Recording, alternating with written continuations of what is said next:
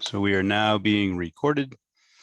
We'll operate under open meeting law. Karen, I guess, typically does not go through the whole process because we're not actually on being broadcast live. But just so everyone that is on is aware, we are Russ, not to interrupt, but do we have a quorum? We do. You, myself, and Anna. Oh, I'm sorry. Anna's not showing on my screen right now. Oh, there she is. Sorry. we are good to go. Yep. So we are being recorded for future posts. The Zoom link is in the agenda. Obviously, everyone has that Zoom link if you're here. So we will officially open the meeting and just do a roll call of attendance. Dave? Here. Anna? Here. Chris Sullivan is here. We are missing Karen and Susanna at the present time. Any public or board comment? We'll go board comment first. Any board comment?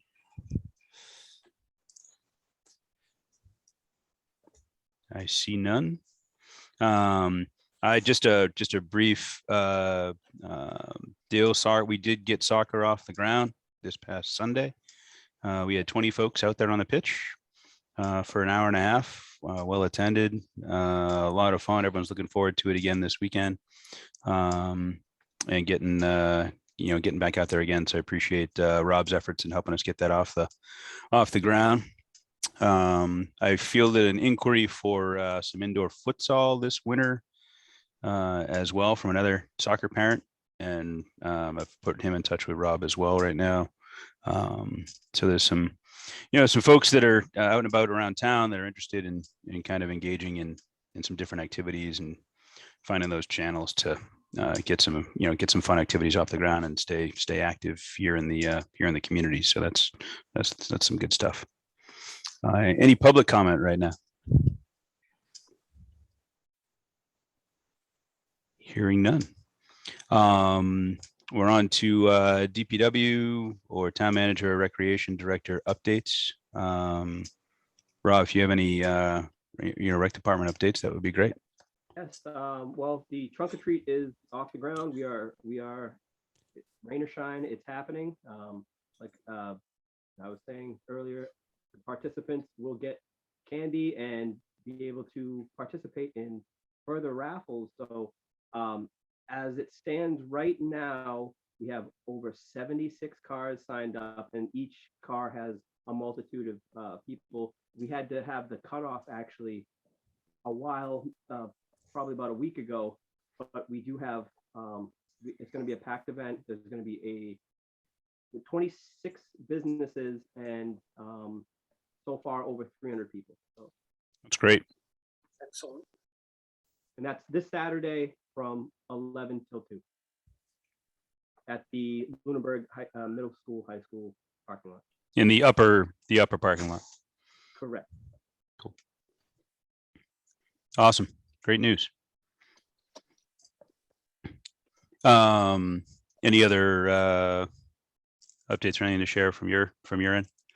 From my end, I actually am just picking up where I left off from last week. I wasn't sure of my tentative nature, and I will carry on for extended period of time until further notice. I am good here. deal.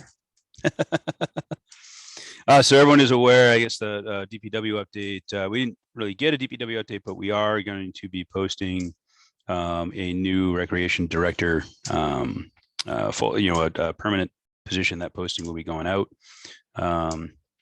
as we are in need of a new permanent rec director. Rob Thompson is staying on right now as a temporary rec director, and is that job will be posted for all to see, and we'll see where that takes us. 7:05. We're into the next item on the agenda is our beach season review. I see a couple of folks who were involved with the beach here, I think. Jared, you were down at the beach this summer. You have any insight as to kind of how the beach went this summer? So I don't have really much of anything, um, but I can just say from the lifeguards standpoint, this summer pretty much went well. You know, just a couple hiccups here or there, but I don't. From what I saw, nothing catastrophic really occurred. The only thing that, and I think it was mentioned at some meeting in the past, the option of a cash option for beach passes might need to be discussed, as we kind of saw a bunch of people either get frustrated with using MyRec or didn't have the means, i.e., no email or computer, to do such thing. But as for more detailed stuff, I really don't have anything that I can share. Chris, could I comment on one of Jared's comments there? Yeah, please do. Yeah, there was a miscommunication or misunderstanding, and it needs to be sorted out before next season. And that is the ability and the requirement by law to accept cash at the beach. Yep. I think that will take care of some of the frustration that Jared just mentioned. And that is on our radar, Jared, because that was something that was supposed to be worked out and communicated, and it did not happen for the last season. Correct. I have a question, comment for Rob Thompson as regards to the town beach. I know you came in, I think the season was already over, but I believe you probably have ability to pull data for us. It would be great if we could get some data as regards to the number of the season pass sold, individual passes, and attendance.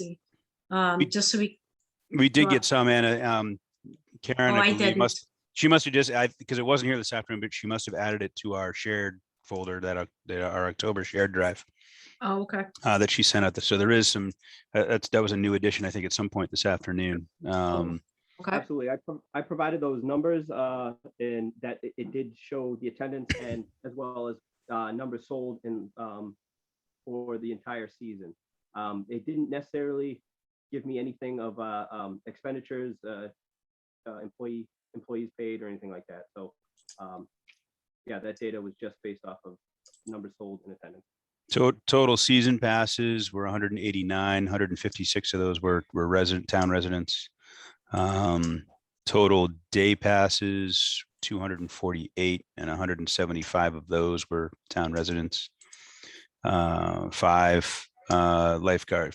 folks did the lifeguard training course, and there were 172 people that did the swim lessons, 146 of which were also town residents.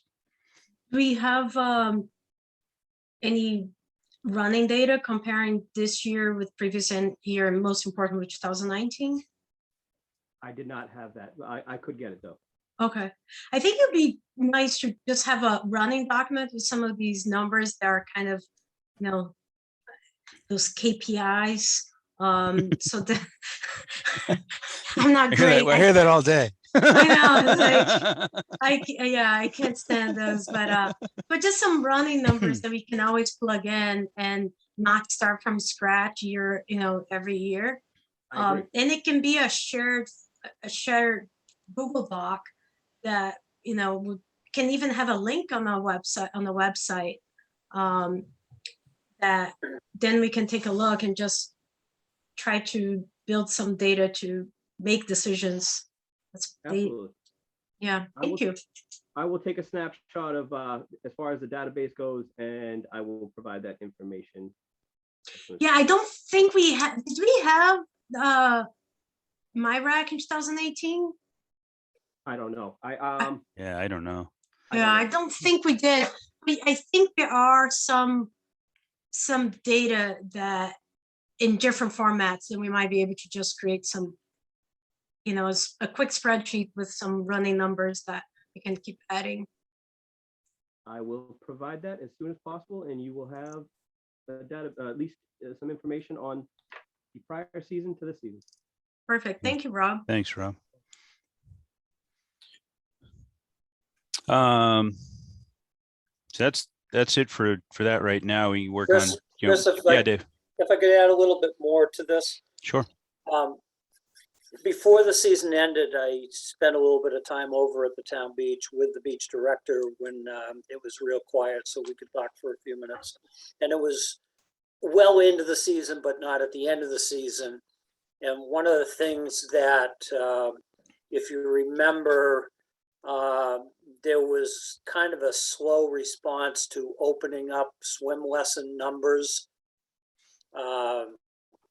So late that she felt we lost an awful lot of business that would have come into that program if we hadn't delayed decisions on allowing more kids to register and so on and so forth.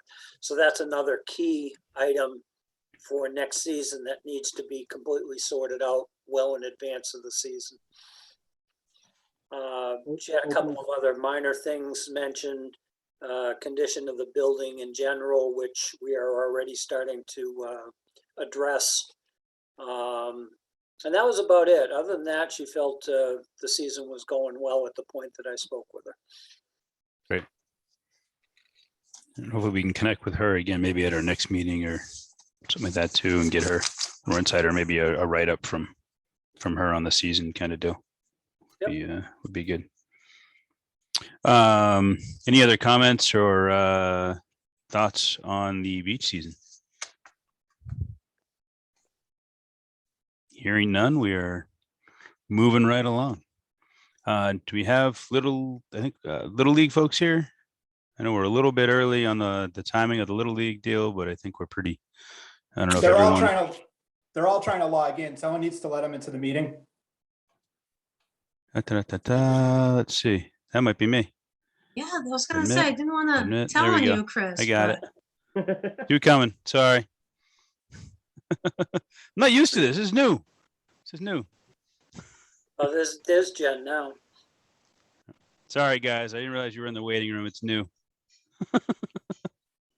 Oh, Welcome. No worries. Thank you. Welcome, for letting welcome. us in. oh, I asked for so, control of the meeting, and then I didn't do anything with it.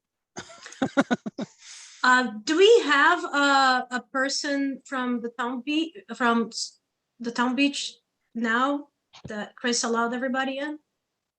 Or no? No. Yeah, Chris, she Maybe might have. I'm not sure who that is that's connecting to audio right now, Genevieve. unless that's somebody else.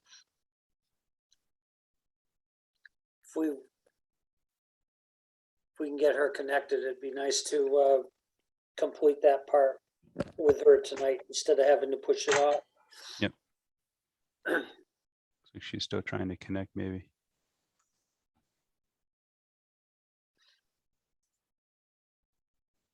Well, maybe we can go back to it in a few minutes. Or we still had a schedule. I haven't got a clock close to me. We're slightly ahead of schedule, Yeah, so let's give it another minute. which or would be two. great. Connecting to audio. Oh, no.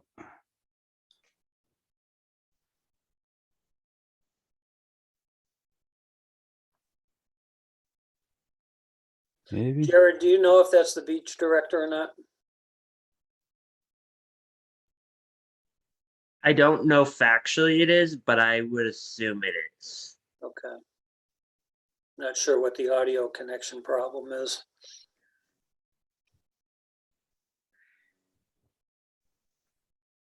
Well, let's come back in a minute. We'll John, let's keep, we might as well keep moving forward. We can come back to the town beach in a moment.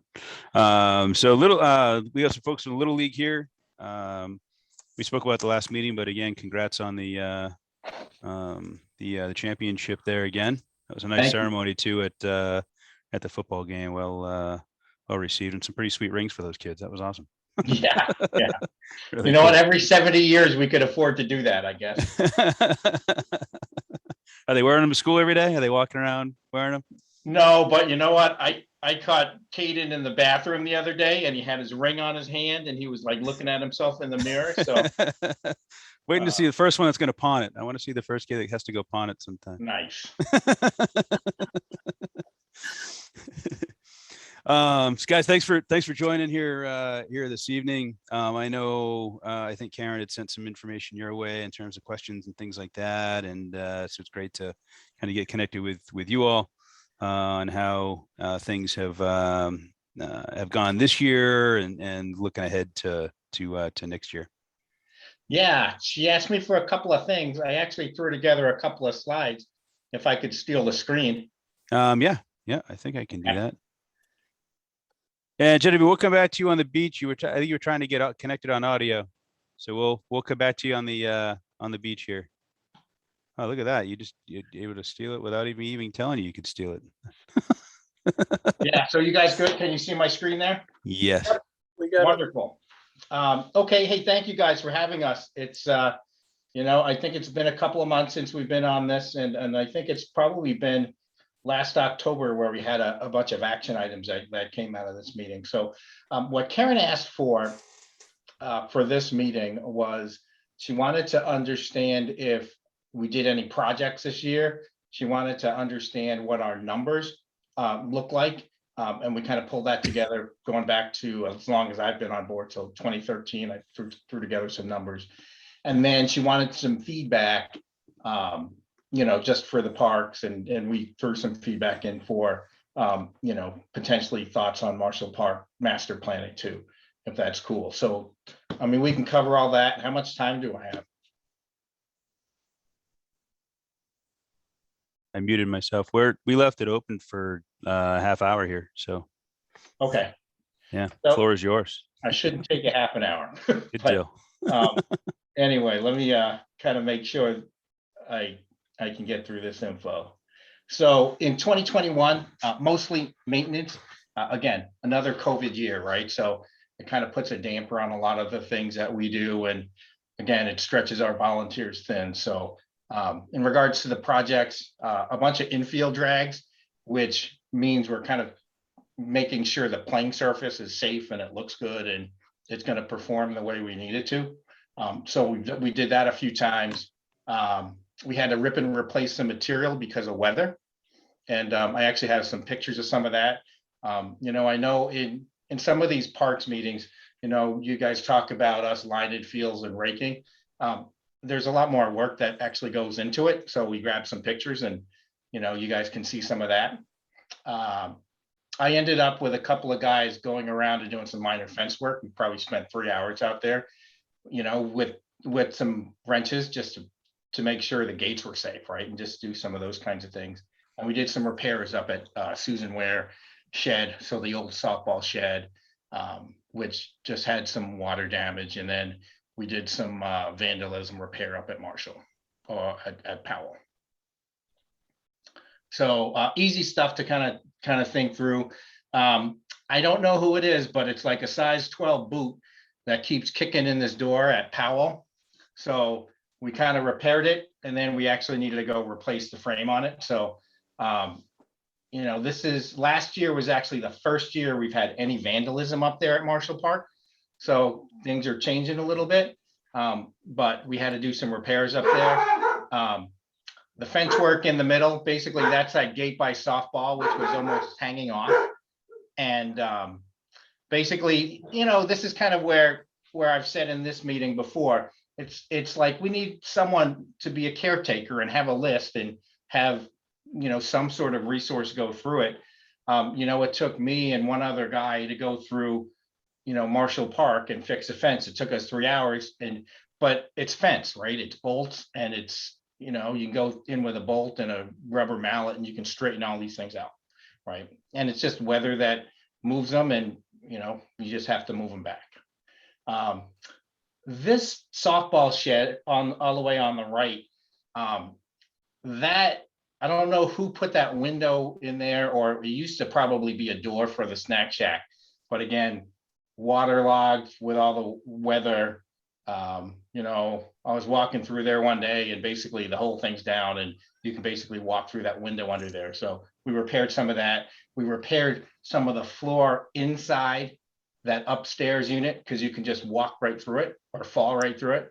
And then probably 2 years ago, we actually had to go, we put rubber roof or shingles up on the top of that thing. So again, it's not really our property.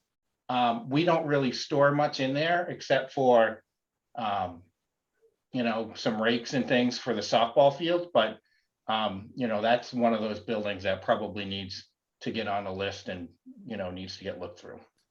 Is it So, water running down from like the side of the stairs and hitting that, or the window part I'm looking at is the part that's kind of missing the paint there, I assume. yeah. So I screwed that thing back in there, but again, yeah, it's coming down, it's running. There's a ton of trees up there. So my guess is there's probably some tree work that needs to happen, right? To get that away from there. So all that rain doesn't run down the side of that building. Steve, do you know the history as to how that was built, who built it? Oh, And gosh, built- no. I mean, that thing was when I moved to town in 2000, and that was like one of the last years where that thing was still a snack shack, I think. Okay.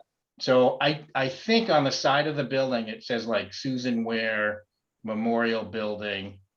I think it says like 1950 something. So did I see Dan Proctor on the line? Can Dan give us any context there?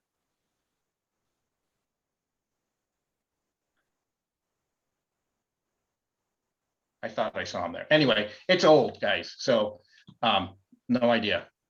Actually, all of the buildings that the Little League uses, they were all there before I got to town. So I have no idea. I can kind of walk through, well, here's some of the other projects. And these are some nice pictures, I think. So we've got some great volunteers. And again, more than just rakes and and lining a field. Sometimes you show up for like our Little League International tournament and you have a field, if you look all the way on the left, that thing's underwater. So that was a Saturday morning. We had like a 2 o'clock game.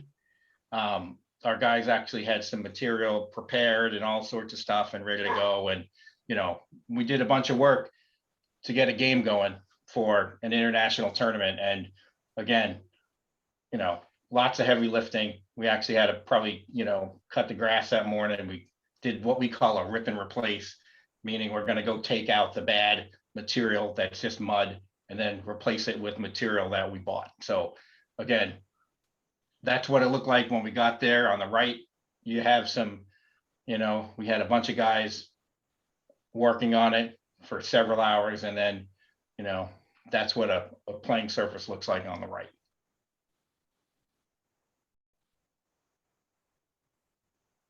So I don't know if anyone here has been part of the league in the past, but again, this volunteer work is pretty typical work that happens at all of the fields. Yeah, both of my kids went through, one, was in baseball, one was in softball. Yeah. And yes, volunteering is part of the package. It's good. Yeah, so lots of work. I mean, we're proud of our fields and we want the kids to have a safe playing surface, and it's a little bit more than cutting the lawn. So again, this was middle of July, and it was July was horrible for us for rain and games, but our guys got a lot of work in and a lot of exercise. So that's what this is. And then this one I just threw in for giggles, guys. We just cleaned up a bunch of famous photo. A bunch of common messes, right? And wasn't comfortable for anybody. Definitely wasn't comfortable for my 12-year-old who I dragged up the street to go, fix some stuff and quiet down the Facebook. So anyway, one of the go up to the vandalism piece there on the Powell shed over on the large diamond. Yeah. Is that, so I'm assuming you guys store stuff there on the Powell field, so the one in the back. Sorry, Powell field. Excuse me. Yeah. So you guys store stuff. Is anyone else storing stuff there? Is it just you guys? I'm just trying to figure out who would be, is someone kicking it in because they're locked out, or is stuff missing? Are you guys missing? Is some stuff getting stolen? No, this is the one where they broke the window, right? They threw a rock through the window, didn't disturb anything inside. They kicked this door in 2 times, right? And there may be some, right, during season, we have food in there. So we have drinks and some snacks. So, the first time someone kind of went through some of that. And then this time, and both times they were like size 12 shoe, right? So they were bigger than my feet. And this time, I couldn't see anything that was done. Okay. So this is kind of one of those where, at some point we may want to throw a camera in there or throw a camera on the outside. Yeah, that's what All right. So if we do that, do we have your approval to do that, guys? Well, I don't, I don't think it's just us saying you have our approval. Usually those things go through a discussion. Sure. I don't even know if that would fall under DPW director only, so, Okay. but, Well, we I'll make should we'll make definitely- note of that. That's certainly worth talking about. Yeah, we can always put it inside, yeah. you know what I mean? So if like someone enters, Yeah. you know what I Yeah. mean? Yeah. So it's not filming the public. Gosh. Yeah. Yeah. That's Steve, kind of, are there police reports on both of those vandalism issues? no, I I don't think think, that- so Kit did that. So when the window went through, Kit took care of that. Right. I don't know if you called that in, Dave, but Kit told me that he fixed it. And then the other two, it was kind of a scramble and we did not file police reports on the other two. Yeah, okay. If you could, I think at a minimum, maybe contact the chair of Parks and Parks will handle any reporting, just so we get a record and a history, if this continues. Okay, sure, we can do that. Yeah, and it just started, right? I've been the president of the league since 2013 and we have not seen any vandalism pretty much anywhere, until last year. Right. Yeah. So anyway, that's the project stuff. Any other questions on like the projects? No, we'll make a note of that camera deal though. We'll talk about that to try and figure that out.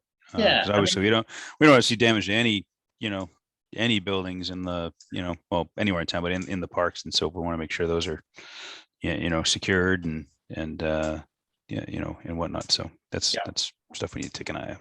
Okay, cool.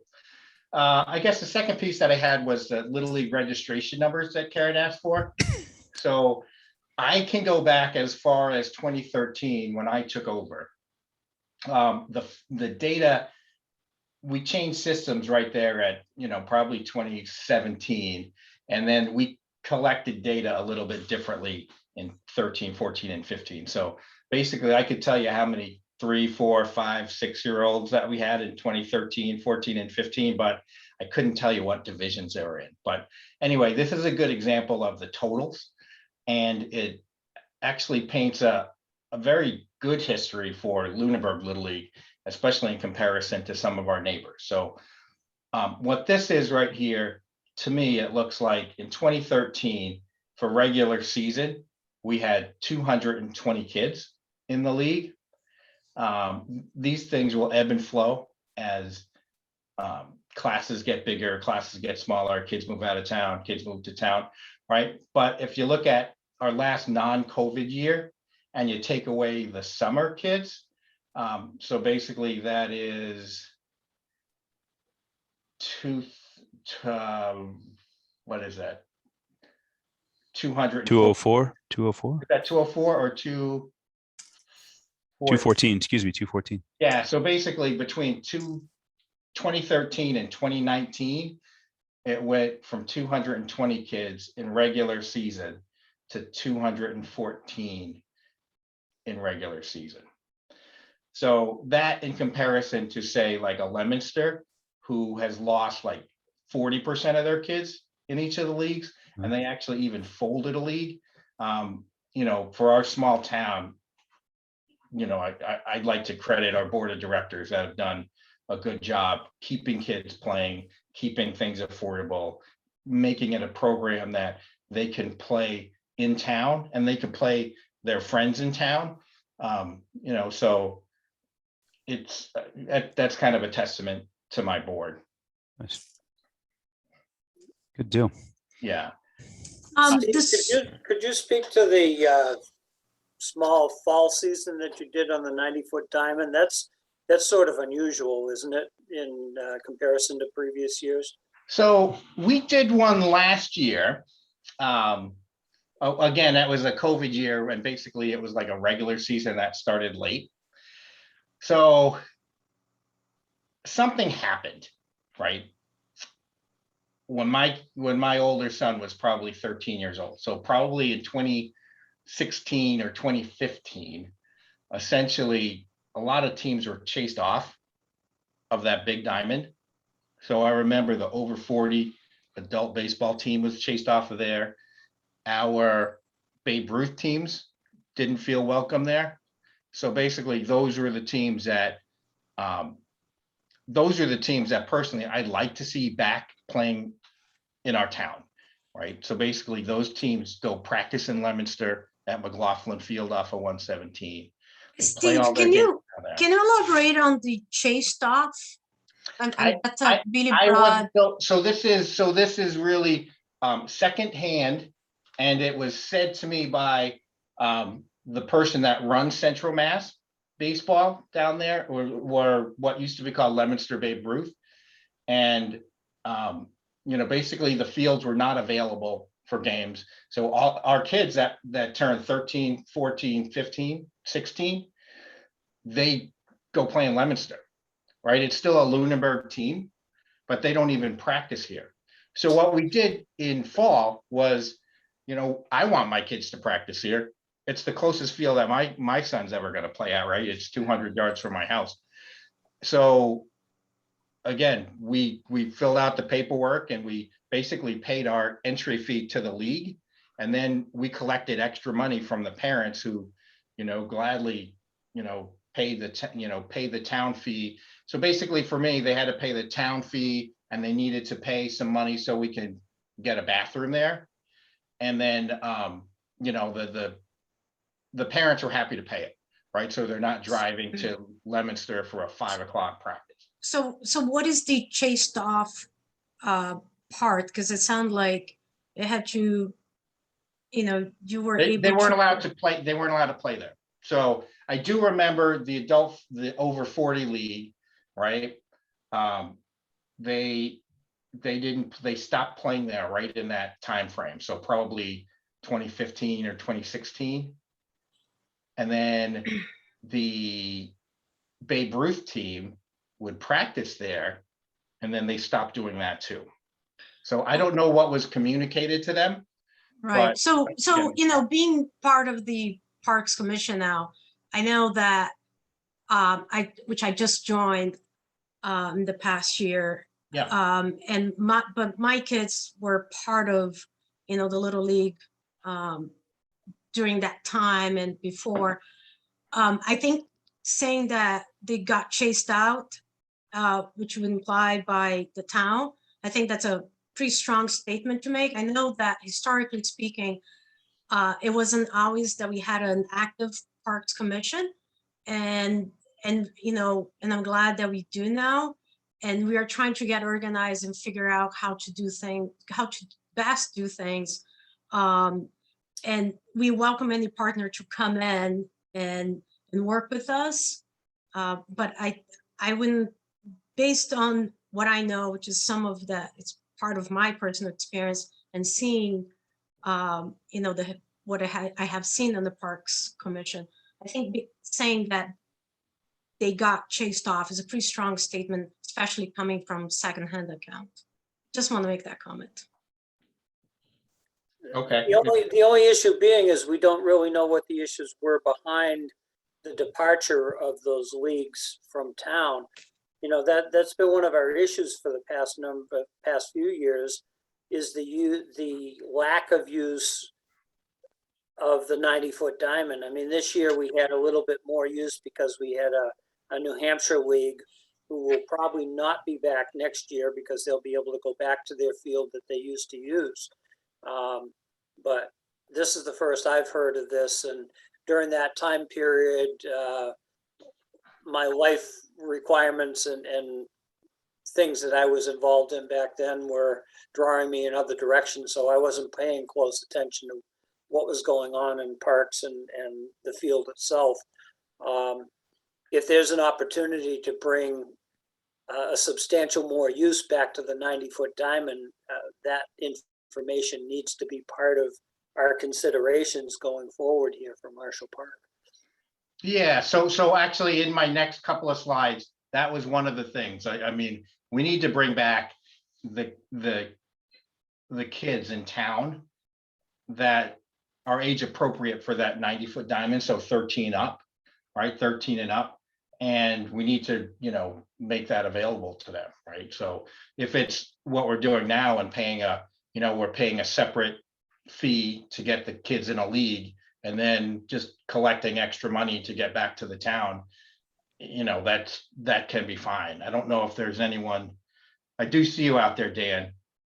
Were you so Dan, were you part of that, like with Babe Ruth teams? Yes, I was coaching. So first of all, let me answer your first question, Steve. That Susan Beware Snack Shack was built in 1975. Okay. I was a catcher. I caught the first pitch by one of the members of the Ware family in front of that snack bar when they dedicated it to the town of Lunenburg. You must have been like 4. I was a 12-year-old, just so you know, and I dropped it. But anyhow, so I guess, whatever you want to use for a word, whether it's pushed out, rushed out, that type of thing. I can tell you the people in Leominster who run that league put in a tremendous amount of time running those 90-foot diamonds, whether it's Babe Ruth, Central Mass Baseball, the Legion, what have you. So the biggest thing that volunteer boards like and would appreciate is ease of communication, working with, towns that have fields, getting answers immediately, all that type of stuff. We need to hold people accountable for the fact that if someone wants to use that field, can we not get a yes, no answer, whether that field is going to be available within, 2 days, 3 days, 5 days, whatever it is, but set up some type of policy so that we can have that answer immediately so we can move forward and try to figure out our schedules and what we're going to tell parents and what it's going to cost and all that type of stuff. I just know that there was a time when it was difficult to communicate to whoever was on the park department at that time, whoever was running that field, as far as, who was the go-to person. I believe that's what the people in Leominster were frustrated about. So they just kind of said, forget it. We'll just use our own field because we don't have to answer to anybody there. We have our own fields and we can take it. So if Lunenburg wants to come on our field, you're welcome to come, but now you're going to have to drive, 25 minutes, that type of thing. I'm not pointing fingers at anybody because I don't even remember the exact specifics, but I just know we need to make it easier for people to come forward and say, we'd like to use that field if possible for the spring of 2022. What will it cost us to have it on, Tuesday, Thursday night, games on Sunday, whatever. That's really what we're looking for, or what those people in Leominster are looking for. Yeah, and then there is the ongoing communication during the season. So again, it's a weather-driven sport, right? So when it's not safe to play, we're going to have to reschedule, and then those reschedules are always difficult, right? And it's even harder without communication. Right. And, Dan, our sons played together in Leominster, and I had to be at that time frame, 15 to 16. I think there was 1 year you were their coach. We didn't have a parks person working for town back then, but now we do. So the hope is that now that communication can be more easily done. And, we got to come back to the table and have conversations about how to get that done. But again, I do take issue with saying that they were chased off. Maybe we were not at the point where we could have good communication, but I think we are there now, especially having someone working, part-time and with Rob Thompson. And I think things should be easier going forward. So we would love to see the league coming back and talking with us. We have established the fees ahead of time, so some of that information should be available. I think the schedule is something that we might be able to work with the town as well, with the school district to put in some days that, are safe for, are reserved, sort of pre-reserved for one group and not the other. So all those things, I think it can be communicated, but I think we're in a much better place now than we were back then because we are more organized. Good, and we really appreciate that, and we look forward to working together. I mean, the baseball community, softball communities, they're small communities, like you say, kids grow up together, the parents, everybody knows everybody, that type of thing. I mean, Bobby Robuccio, Joe Ruth, Jeff Didion from Leominster, they all know each other. They all have their, cell phone numbers. If they need to communicate something about a field availability, they can go back and forth. So then obviously if the park department is in that loop, then it just makes it easier for everybody. Definitely. No, Yeah, definitely. absolutely. Yeah, My- Dan, my- with those entities coming back to town, do you see it? I'll use a double negative, non-problematic. Whereas the 90-foot diamond is the home field for the school department's team. Do you see that as a workable scheduling issue? I don't know how to put it, but do you think that can be worked out? Or are we going to be overlapping and there's going to be arguments as to who's got priority? No, I don't think so, because they're all different time, slots. I mean, the baseball, high school baseball, typically their games are at 3:30 or 4 o'clock at the latest. So they end at, such and such a time. When the other leagues start, like the, Joe Ruth and the Lunenburg Phillies, I mean, those games start later. The high school is pretty much winding down. Same thing with the Leominster Central Mass Baseball. They work their schedule according to the kids playing JV baseball, the kids playing varsity baseball, the kids that are in college. So it's always worked very well. And as the summer, the daylights get longer. If the park department wanted to put in lights there so we could have games till 10 o'clock at night, we certainly would accept them, but I think that's asking for a lot at this time. Thank you. Bob, I were you going to say appreciate something? I think Rob that, Thomas had getting- something to say, maybe. Sorry. I was just saying, yeah, there's an open line of communication that wasn't there before. I would definitely like to start those conversations about Little League and more baseball opportunities coming back to Lunenburg, considering we have multitudes of fields, Harris, Fitzgerald, the 90-foot diamond. My information will be available. Good. I appreciate that, Rob. Thank you. Thank you. And I think there's a desire to get schedule or calendar accessible by all entities so that everybody can easily access what's already scheduled to see if the dates they're looking for are presently booked or not. Yeah, can you guys do that with that MyRec software? Is there like a public calendar that you guys could publish? Because that fixes a lot of that. Yes, it's a bit of a learning curve, but for me, I'm trying to put a global calendar together so we can see the availability of everything that is maintained by the rec department. Okay. One challenge, I'll give it to you, Steve, for that to work is that, we will only know, or Rob will only know about the games that are happening that we've been informed. So, the line of communication for that calendar to work, we will need to know of any changes, any new games that get scheduled, because otherwise we don't hold those dates. Yeah, so what we do in the Little League is we run that calendar on our software, which ties all the way back to Little League.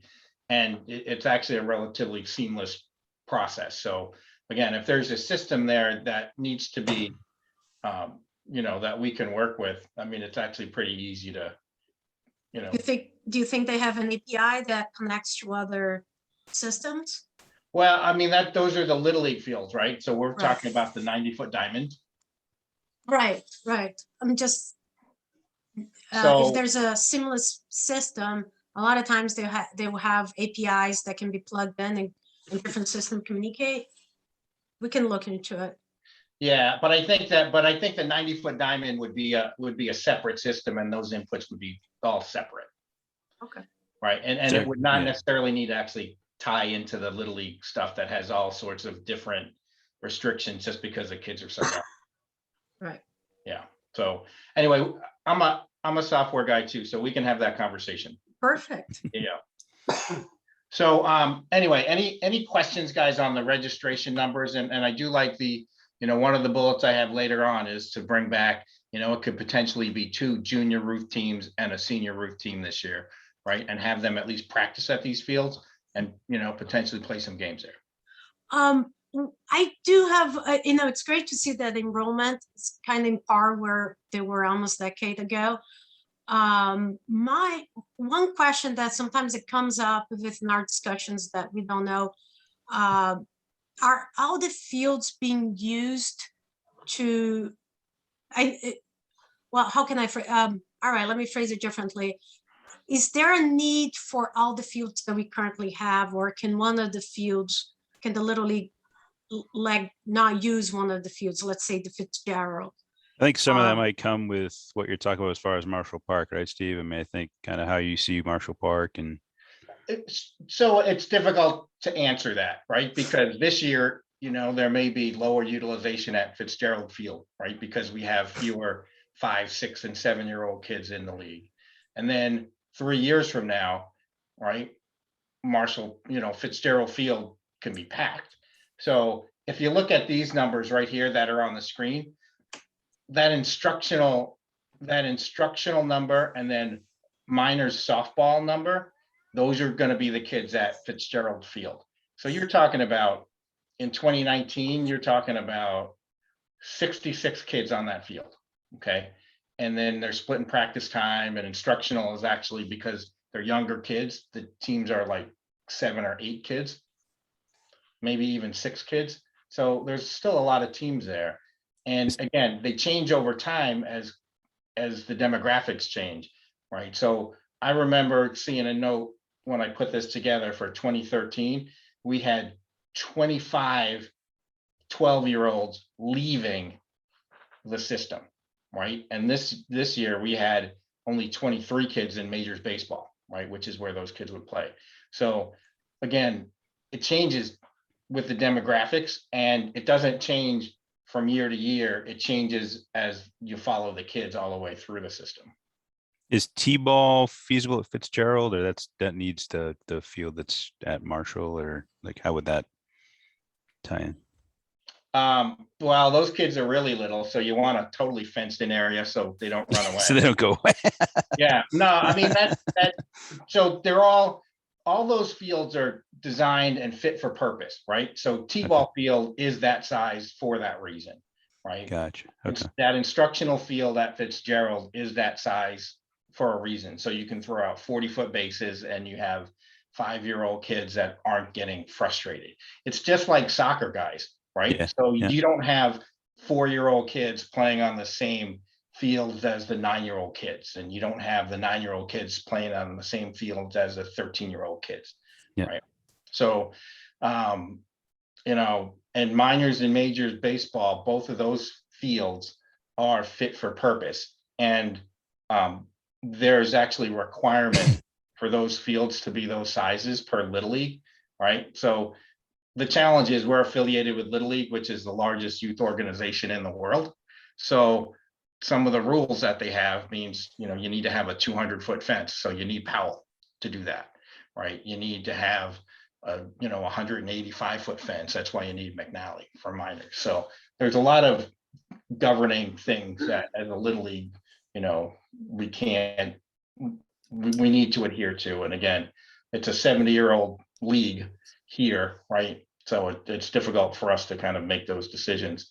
But we can look, I look at this chart here and I could look at it and follow the kids that come through the league. If you kind of look at, you had 52 kids in minors baseball, right, in 2016, right? And I think that was kind of one of those classes that had extra kids, like they had one more class in school. So there's a lot of that goes on. And again, the kids move. And I actually thought the girls' number was going to dramatically increase because we fielded a lot more teams, but it seems like that stayed pretty consistent. So again, it's hard for us to say, hey, that field we don't need anymore, because again, you don't know what's coming. Yeah. All right. Any other questions there on this? I'll send this to you guys. Okay. I was gonna say that would be great. Yeah. That's certainly helpful. Karen will go back and watch, I'm sure anyway, but that would be helpful. Okay.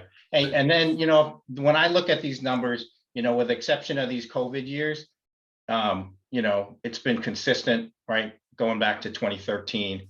There are some classes. So like the one that I could pull out is, these kids that graduated Lunenburg High in 2017, they just had an extra class of kids, right? So instead of like the 5 classes they have in 7th grade now, they had 6. So again, it sounds like Anna, like some of your kids were in that group too. So again, it's really class by class. And the reasons why we fared better was, we kept our pricing structure below all of the Leominster leagues on purpose, right? We wanted kids to play. We wanted kids to play in town, right? So they play games in town against their friends. And then, we take everyone, right? We don't want it to be competitive and, exclusionary. So again, as a league, the board's done a good job. And again, we have the same challenges as any other league. I know some of you guys are soccer guys. I mean, there's probably more kids playing travel soccer than any other sport. But again, that's leaking into our league. And again, it's not supporting all of the kids, right? If you can pay $3,000 for a kid to play baseball versus, the people that are struggling to pay $150. I mean, we want to be able to make sure that we include everybody. So again, travel options are tough. There are always these natural bleed points that we see, right? So when they go from instructional to minors, from minors to majors, we always lose a certain percentage of kids. So we know that, and we kind of try to fix that. And then like everybody else, we had 45 kids, I think, playing T-ball at the beginning of the season, and we had 2 parent volunteers. So again, it's all the things that we're dealing with. And then these days it's just difficult. It's more difficult to run these leagues today because of all the paperwork and extra work, especially these COVID plans and everything. So again, we've kind of fought through, and I think we've done a good job. Thank you. And then I got a little bit of feedback. I think it's just this slide, right? Maybe 2 slides, but again, for the parks, it's important for us in the beginning of the year as we're kind of ramping everything up, that maintenance is there at that time. And, Rob was new. The new process is there wasn't a contract in place. So, it was a slow start. Rob and I have talked a bunch about it, and, things got a lot better, right? As things, were more systematic. So improved over the season. Basic maintenance items. I think we sat in this meeting last October, and one of the action items was for Kayla to have a list of things, right? And to kind of keep this roster of projects, and then, work more closely with DPW to kind of work through them. So I guess Rob's going to inherit some of that.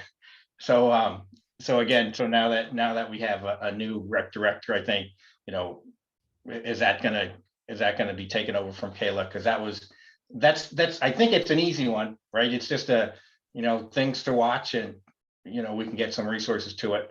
And some of the properties we think get a little bit less love. So like that instructional field down at Fitzgerald, and that field at McNally, I think that just gets a little less attention than some of the stuff at Marshall Park.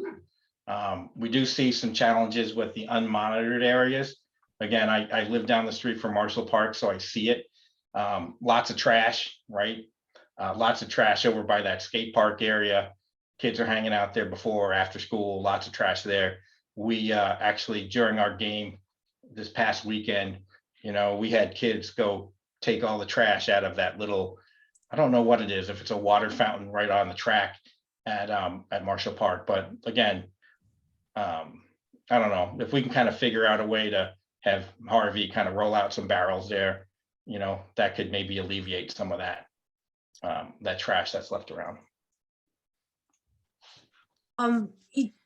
Steve, this is great that you come here and talk with us. Some of the, if you could go back to that slide. Yeah. One thing that is a barrier for us to get everything working. You know, like you've mentioned a few things. You know, we have Rob who's new, we have the other Rob who's new, so we have a lot of new people in there. But you know, we want to. You know, we are part of the Parks Commission because we want the parks to be great for the kids in town. So one of the things that we have struggled is like getting the information to us. So we ask that if you guys see anything to always reach out or let us know. You can drop an email, anyone on the league, and maybe that's an email that you can drop to all the coaches, you know, parks, at Lunenburg Online. Is everybody's email. Just let us know that there are things happening. It will help us a lot because a lot of times we don't know, and we only have one person part-time who's trying to do a lot. So the more information we have coming from you guys, the better we can be. So keep the lines of communication open, Sure. especially coming from you guys, because we're not, you know, as much as we want to be on the ground. I'll tell you, I was a lot more on the ground when my kids were going through Little League and doing different things. But we want to, you know, people that are in this commission, and I'm sure Rob Thompson and Rob Oliver, we all want the parks to be great for the kids. Yeah, no, we'll definitely do that. I mean, and we typically do. We typically send an email, and we used to send it to Kayla and Jack, or who, you know, I mean, we used to kind of, you know, we'd send that information over, like, you know, water's not working and some of those things that were broken. And, Right. and you know, sometimes we didn't get a response, right? So, but we'd be happy to kind of keep an eye out, and, you know, when things are happening, just shoot you guys an email. Yeah, so the email is parks@lunenburgonline.com. Okay. And if an email gets sent to that, everyone in the commission plus Rob Thompson plus Rob Oliver receives that email. So we can kind of tag team a little bit. Okay. Yeah, did you have any other questions on these bullets that I had? Well, I think you answered the kids at Marshall Skate Park. You're talking about the area, not necessarily kids using the skate park as the skate park. Is that correct? Correct. So you drive through there in the morning, and there's a bunch of cars, you know, at 7:45 in the morning, you know, parked where that old skate park stuff was. Okay. And, you know, we've gone up there the last couple of days, right, with plastic bags and a little grabby thing, and we just end up picking up trash. And it's kid trash. It's not, you know, it's not kids with beer bottles, but it's just kid trash, right? So yeah, just Right. some of the stuff that, you know what, maybe they throw it in a garbage can if it was out there, right? I don't know, but No, I hear you. yeah. All right. Well, thank Okay. you. And then I think I had one more, and then this is kind of some of our thoughts, you know, for feedback for the Marshall Park Master Plan. When I kind of had to go look through some of the history of the league when we were competing for district, you know, it was interesting. Like Marshall Park was actually built in 1912, that baseball field. So that's the same year as Fenway Park. Marshall softball is in the springtime. You know, I remember when Pete was the AD, you know, if there were fields that were still underwater, that field up there drained better than anything in the district. So again, our teams were using it, our baseball teams were using it, you know, and even the AD had, you know, offered it out to other teams if they needed practice. So that field in the springtime is heavily utilized. This is what we talked about, right? The 90-foot diamond, and we should have more town teams on it. So with the numbers, the way they look, as my child aged out of Little League and goes into Babe Ruth, and all the kids that are in Babe Ruth, you know, we may have 2 junior Ruth teams, right? So that's that 13, 14, 15-year-old team, right, before high school. And then we have, you know, we'll probably have, you know, 1 senior Ruth team that happens after that high school season's over. So again, if we can figure out a good way to communicate. So the reason why that fall team is out there is because, you know, I made it happen. So again, if we can kind of figure a better way to kind of work on the communication and get our own teams out there, right? We can have another 35 kids, Lunenburg kids using it. Other thoughts that I had is, I don't know if you can put that track outside the fence, right? So as you guys work through it, move the fence in, the track goes on the outside, people can use it even when games are going on, you know, just a thought. Steve, can I ask you a question in regards to that? Yeah, If you lose 15 feet of yardage for the outfield, is that problematic?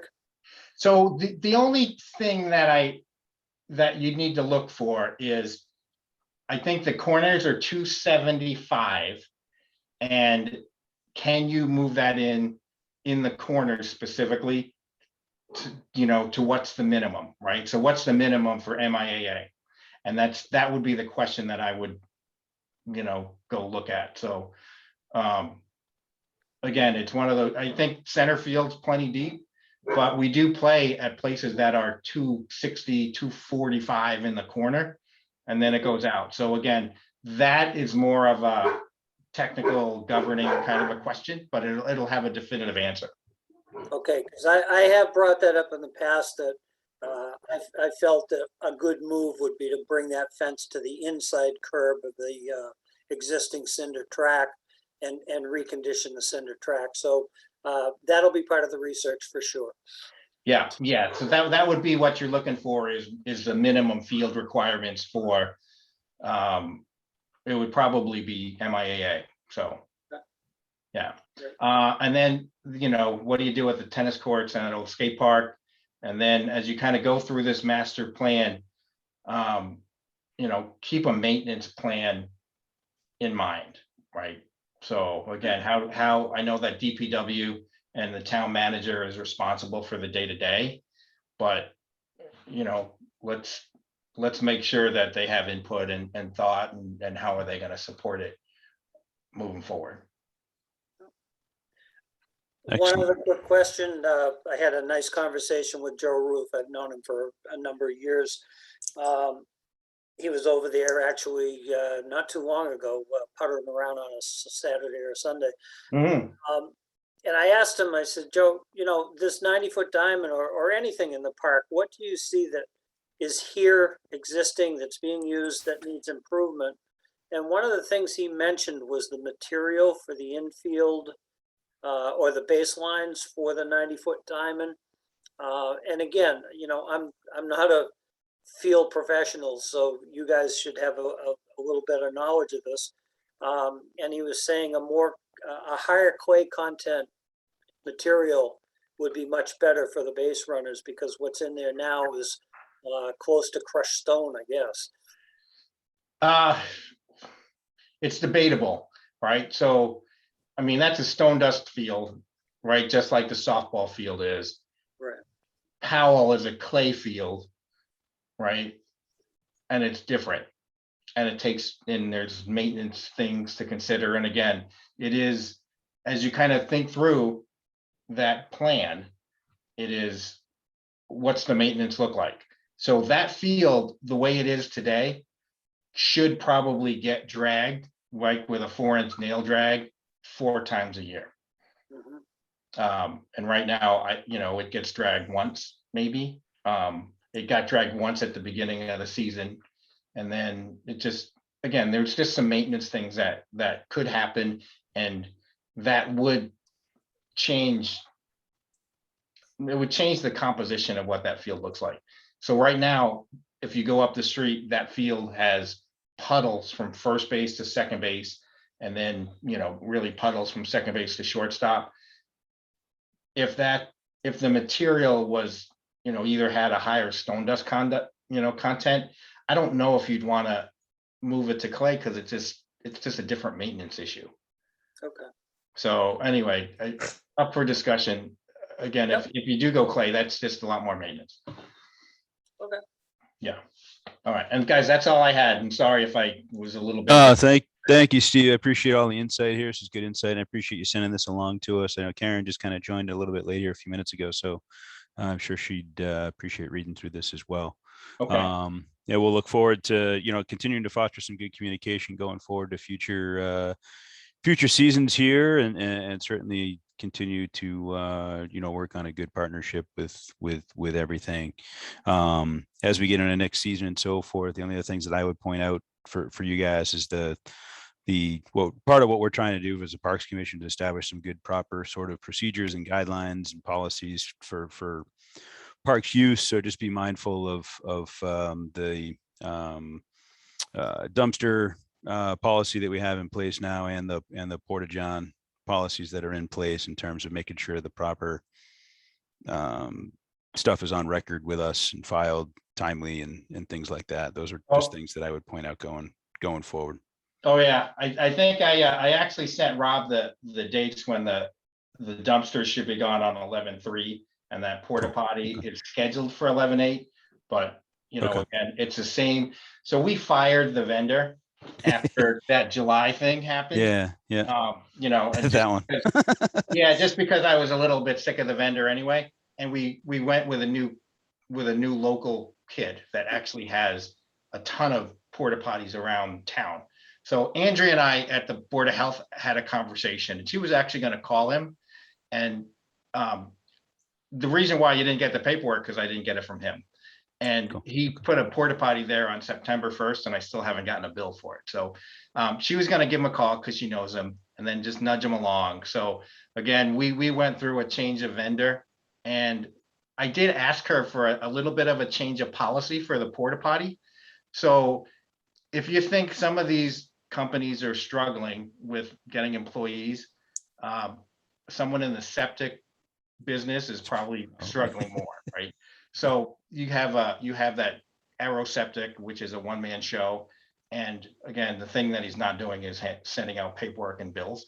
So I asked her if she could change the policy from the Board of Health to just say or on file, right? Because that kid can file it one time. Right? It's the same company that's up at the high school. It's the same company that's all over town. So if she's got that stuff on file, I don't think it's necessary for us to kind of bug them for it every time. Well, Okay. Steve, if that's the case, it's what makes it difficult, what you're proposing, is that we never know if it's the same group or not. So if it's the company that you have on file, just for a matter of keeping the process, having a process that actually works, is to, if you have that on file, just send it to us within the deadlines of every season. So even if it's the same, but then we'll know this is what it is for the season, because otherwise, how long does the paperwork stay on file? When do we know that it expires? It's much easier to, like, just as, you need a new registration for kids coming up from one year to the other. It's kind of the same process for us. And that's the only way we would know, oh, it's the same company. Otherwise, it just looks to be missing paperwork. So if it's the same company that you're using, just resubmit the paperwork to be the same. And that's fine. If it was my old company, I would have had it on file. But since we fired him in September and we got these new guys, we didn't have it. And again, I think when I filed the paperwork with you guys, I actually told you guys that that's what we were doing. So, yeah, I don't think we got that information, but yeah, doesn't actually get filed with us, so it may have been that's something we could follow up with DPW about maybe. I sent it in an email to Rob when I submitted. I sent it in an email to Rob when I submitted the paperwork, saying that, hey, I owe you the porta potty stuff, but we just fired the vendor and hired this new one. So again, I'll send it along as soon as I get it. And Steve, that the parks policy, which is pretty much mirroring what the Board of Health is requiring, is going to be communicated with the applications for the spring season. So that paperwork has to come with the application and seemingly payment for whatever you guys come up with for numbers. And I know sometimes there's a delay between the paperwork and the actual payment because you got to pin down numbers and stuff. But that is going to be part of the process that is going to stay in place, so that Parks has the information, DPW has the information, and Board of Health all have the same information. Yeah, that's fine. One other thing, Steve, that I'll mention, I mean, there's so much information going back and forth, especially as we try to establish a new policy that works, Yeah, is that the Board of Health told us that since it's our property, that information should live with us and we should submit to them. So even though you are the user, you're not the final customer, you're the final customer, but we are their customer. So anyway, so it sounds like we need to submit that paperwork to them. So if you go to them, it doesn't really help us, in short. So I think we established the line of communication as we create the program, you submit the paperwork to us, and we submit the paperwork to them. okay, that's fine. Okay, thank you. Yeah, so it's all a new policy since July that we're all kind of figuring out. Right, So- right. Yeah. But we'll get Yeah. there, okay? It's all part of that good communication we're building. Yeah. I think there was one other thing that someone relayed to me that the parks were closed as of November 1st. Yeah. That's correct. That's an official policy, unless it's voted otherwise by the commission. Can I rephrase that though, Steve? Yeah, And hi, thank you for coming Hi, on tonight Karen. and presenting this. It's not that the parks are closed. We had the agreements or the policy that we had created, I don't know, like a year or so ago, I think it was a year ago, had dates on, like season dates. So it was November 1st was the cutoff for user groups, like organized groups to use the field. That was our winter season. so this is your form, right? So the form says November 30th. Yeah, it shouldn't say November 30th. I'll go back and double check it. I Yeah, don't know if we the- changed it from then and it wasn't changed. I will have to go back and look. Yeah, so this is the one I submitted in August, and then this is the revision. This is the revision from March of this year. So just look for the revision of March of this year. And again, we haven't, I think we've played one game in 10 years past Halloween. But again, these guys this year gave us like a November 6th, date that we may not play, but again, we were not aware of November 1st. And again, your form says November 30th. No, that's fine. This is the first time I've actually seen the form with, I'm wondering if it just wasn't updated, because it Well, does. this was updated because it didn't have this before. So this had to be updated in March. Okay, I'll go back and look. Okay, Did you And if have I- a game tentatively scheduled, you said, for November 6th? yes. Okay. Yeah, do- they as a- actually had scheduled us an away game on November 13th. So again, we don't know if we're gonna play or if we got 6 inches of snow, but again, we As a haven't as a- scheduled that late. As a commission, do we need to vote on that? I mean, well, I'm he fine has a making, I'm he fine. has a making- thing here that Steve, says is November your, 30th. so- Steve, is your season over November 6th, or do you still have practices after that? We stopped practices this week because we just don't have any light. Okay, so November 6th, do you think would be your last date, or do you think it could get rained out and it would be longer? It could get rained out and it could be longer, but again, I mean, it wouldn't be pushed in more than a week if we do it, but I mean, hopefully we can get it done. I would make a motion maybe that we just abide by the date in the form that he signed for this season and then adjust and then make sure we have the correct forms going forward for whatever date we need to deal. But I think we should also work with, and now my motion is carrying on, but we'll go back to that. But we should work with Little League here too, to figure out what those dates should actually look like if there is going to be a fall season going forward too. So we have a good, deal set up. So anyway, motion to abide by the I'd form like that to he amend has your going motion, on. Chris. Yes, I'd like please. to actually amend your motion to abide by the date on here of November 30th for field usage and extend it for the porta potty and the dumpster. Because right now, if I know for a fact our porta potty and dumpster policy is saying November 1. correct. And if they're Yeah. gonna be on it through the 6th, then, or this date. You I would need think it at there by least then. For this season, it should match. Yeah, the pickup, Karen, I told him, I told Rob it's 11/3 for the dumpsters on McNally and Okay, Marshall, and then the 8th is when I asked the porta potty to be gone, but okay, again, that guy could slip a couple of days. yeah, yeah. there a So- second for that motion? Second the motion. Let be Dave on record. Go ahead, Anna. So we need, we'll take a roll call vote here. Dave, Anna, I, Karen, Aye. and an aye for myself. So motion passes. Good deal. Thanks again, Steve. I appreciate all the thought going into it. Looking forward to receiving that from you here. All right, guys, I'll send it right now to parks@lunenburgonline.com. Good deal. thank you, Steve. All right, thank you. Thank you. Yeah. All right, thanks, Steve. All right, Genevieve, we're back to you here. Sorry to put you on pause there. I don't think I let you in as quickly as I could have. But you can you're muted. You can unmute.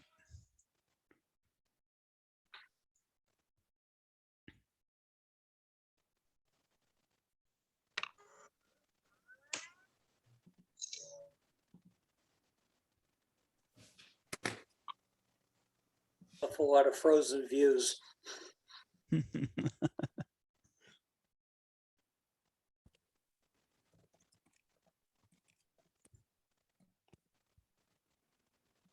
Jenny, you still on? She's there. I can see her. Yeah, Oh, Yeah. she's off. Oh, no, she's back on mute. she was good. I'm You off got it. mute. You got it. Yeah, All right, I There hit we it too go. many times. So we did hear, I know Dave mentioned a couple of things that he had talked with you in regards to kind of organizing the swim lessons a little bit more quickly in terms of the numbers and so forth. We did hear the cash option. And that I think was a miscommunication. As David mentioned a little bit earlier, that where cash we should have been accepting cash Right. through the season. So we'll straighten that out going forward. But if you had a kind of a brief overview for us, that would be much appreciated. Well, our program ran quite well this year. It was just a little bit tricky to get started, and I think part of it had to do with the swim lesson registrations. We have to have a better understanding of how to do that, because this year people were signing up for time slots, but not necessarily levels of instruction. So I think that's the big thing to look at next year is if you wanted to have the registration online, that would be fine. And but then somehow communicate through us what level you think you needed, or we could help to guide people as to what level they need, because it's different. This year, we had some older children signed up in level 1, which is usually for 4 and 5-year-olds, and vice versa. It was a little confusing for people. So I think that was the only, and we took care of it as the season started. We reorganized and got that all straightened out. So I think that was the only small little hiccup that we had in making it, smooth for people to sign up for lessons.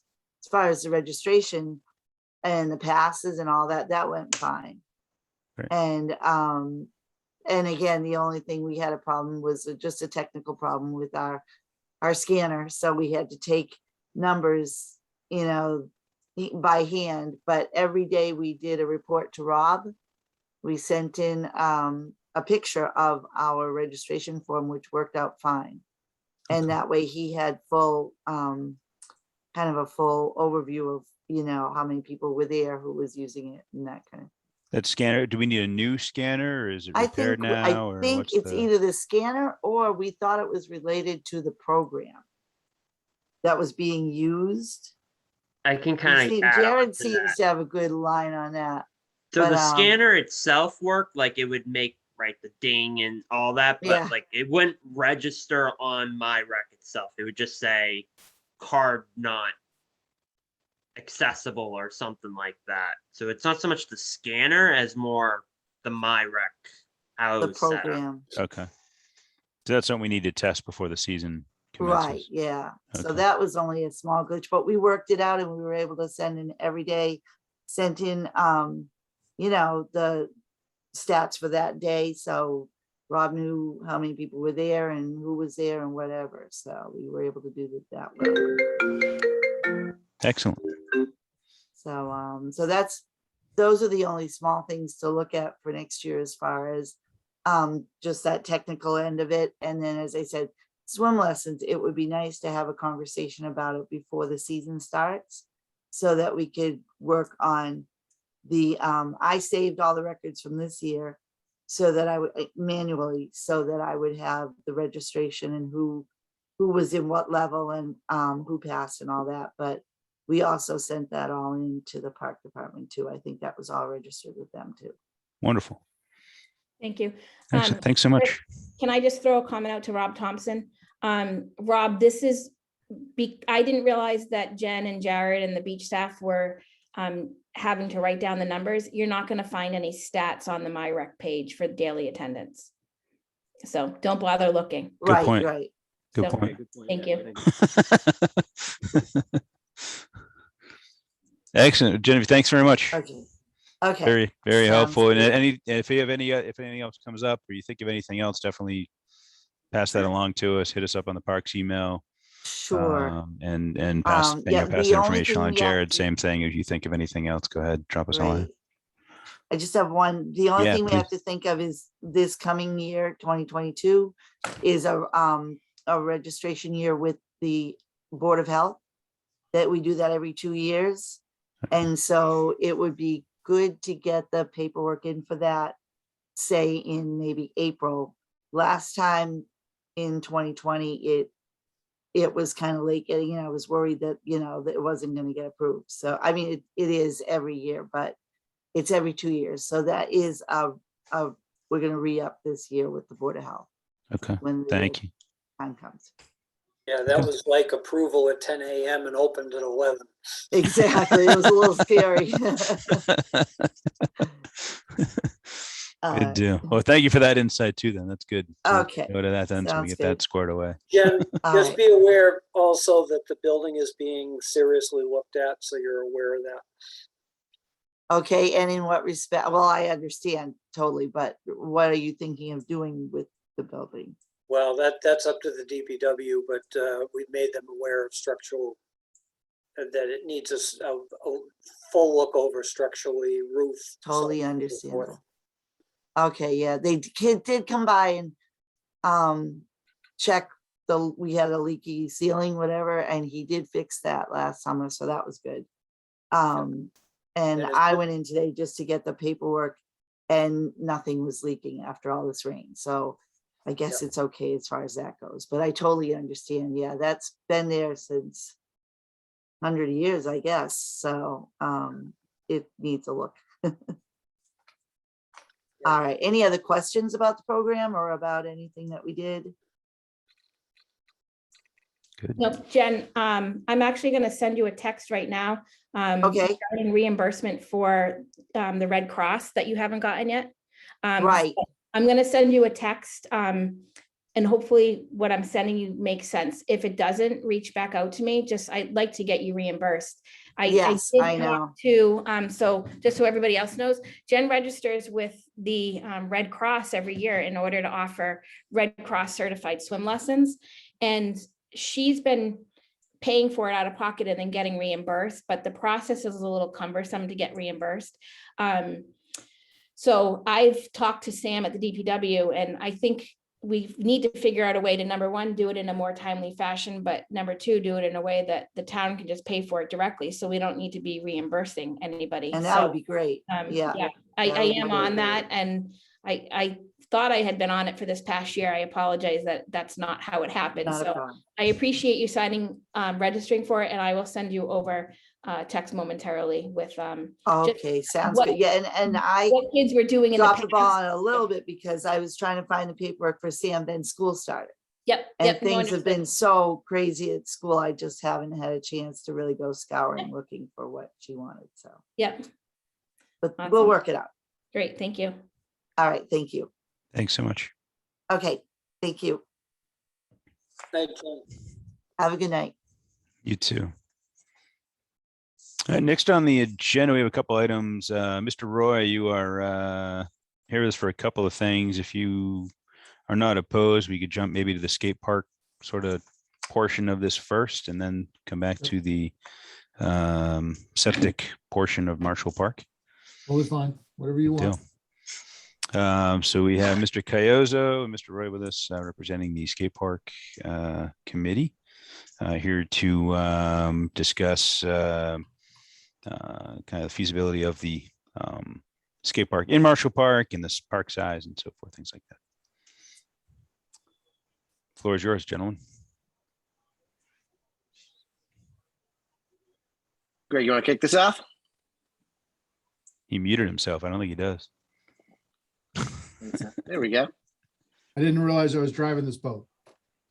That's why I But I said can. drive away. Go for it.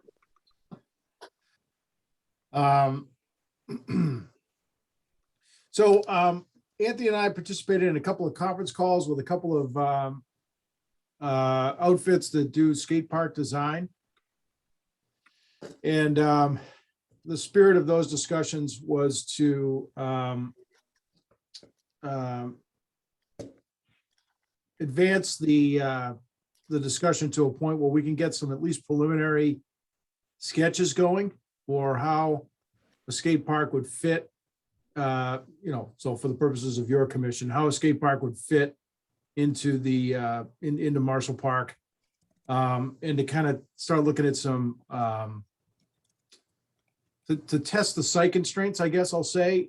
We did the soil testing there. We reported to your board, and it as in much of the park and much of this area of town, there's pretty shallow ledge, so we really want to take a look at how the skate park, from a grading standpoint particularly, is going to fit into the lay of the land, and what the impacts are going to be. So anyway, Anthony and I have had some good productive discussions with over the last couple of weeks with a few skate park designers that have given us a couple of again, not necessarily a site specific skate park, but a park that they've done in another community that would be, roughly what we're looking at from a scale, from the size and scale. And with the idea that it's now my task, and I was really hoping to have a plan that I could show you guys this evening. It's now my task to get a plan, at least a preliminary plan that kind of studies the grading, what we might do with drainage, how problematic is the ledge going to be or not, and just kind of study that a little bit better. So that's our next major hurdle. Again, I was hoping to have something to kind of show you this evening, but I'm just having trouble fitting everything into my schedule. So I apologize I apologize to the president of the skate park and also to your commission. I don't want to waste anybody's time, but I'm trying. Greg, no apology necessary, but everyone, that is where we're at. Yeah, but so anyway, so that's kind of the update on the technical side. So really, I don't have much more to report other than that. Unless you have anything to add, Anthony, on that front. Can I ask a couple of questions, Chris? Are you okay with that? Oh, yeah. And Greg or Anthony, it doesn't matter who answers. Is Marshall Park your final location, or are you still toying around with TC Passios? Want me to answer that? It doesn't matter who Absolutely. answers it. So it's becoming more clear to us that that Marshall Park is likely going to be the most viable spot for us.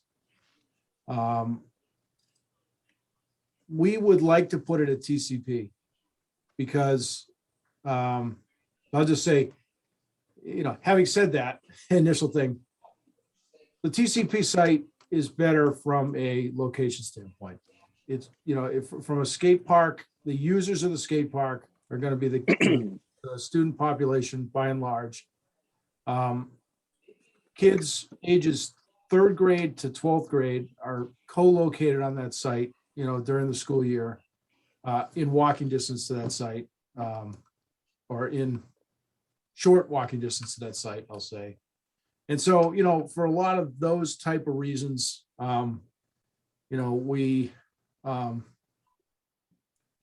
really like the TCP location. But when we think about, well, a couple things. When you think about the things that are likely to occur in the vicinity of TCP over the next 2 to 5 years, and we think about the current level of ambiguity that exists surrounding what's going to happen in the vicinity of TCP over the next 2 to 5 years. And you combine that with the fact that we've had a fantastic fundraising fall, and we are pretty close to closing the fundraising gap. We think that we want to be in a position to construct this thing sometime in calendar year 2022. And so when we're honest with ourselves and we think through what would likely be a broader conversation in the town, in the context of the town, a global town discussion with the TCP location and all the different things that are happening in that area. And it's not just the TC Passios project, it's also adjacencies with the senior center and things like that. And I don't also, I don't want to say that we're resigning ourselves. We just, when we look at both sites, I think that it's going to be an easier road, provided we have the support from your commission, of course. But we think that it's going to be an easier road for us in the time frame that we're looking at to go with Marshall Park. And when I take that and I study the engineering metrics, there's challenges to both sites, and they're different challenges, but they sort of outweigh each other. They sort of offset each other. At TCP, we have difficulty. We're going to have difficulty managing drainage in a manner that all the stakeholders around that area are going to be happy with. We have a really high groundwater condition. We don't have ledge, but we have a really high groundwater condition. We're going to be putting this thing into an area where a very highly visible area where we're not going to want to look at these big detention basins and things like that that very well may have to occur in that type of soil. And so there's that challenge there. At Marshall Park, we have a ledge challenge, but provided we can get the park to work in and the grading and things to work in so that we minimize that constraint, we have much less of a constraint with drainage because we have more real estate area there actually to deal with drainage, I think. So, and again, I was hopeful to have a plan to show you to kind of present that, and I will in the not so distant future. But so anyway, when we look at all that stuff and we sort of toss it into the matrix, we believe that Marshall Park is going to be the spot that makes the most sense. Does that answer the question? It does. So can you sort of give us you're closing the gap on fundraising. So how, where are you, percentage wise? How close are you to closing that gap? Can we answer that, Greg? Yeah, please. Done. So, Karen, a good chunk of the materials for this project are going to be provided in kind. Okay. We've raised Can right you now, I think explain to everybody what in kind is? in kind means they're going to be donated to the project. So the concrete will be donated to the project. The lumber will be donated to the project. The heavy equipment will be donated to the project. So what we're trying to do now is figure out obviously which site. Based on the site, we'll be able to come up with a design. The design will dictate the materials. And we go back to the people that have said, yes, come back to me when you know what you need. and get them locked and loaded for this. So we're looking for somewhere around 90,000 worth of in-kind materials. When I say looking, we're going to be procuring or securing about 90,000 in in-kind donations.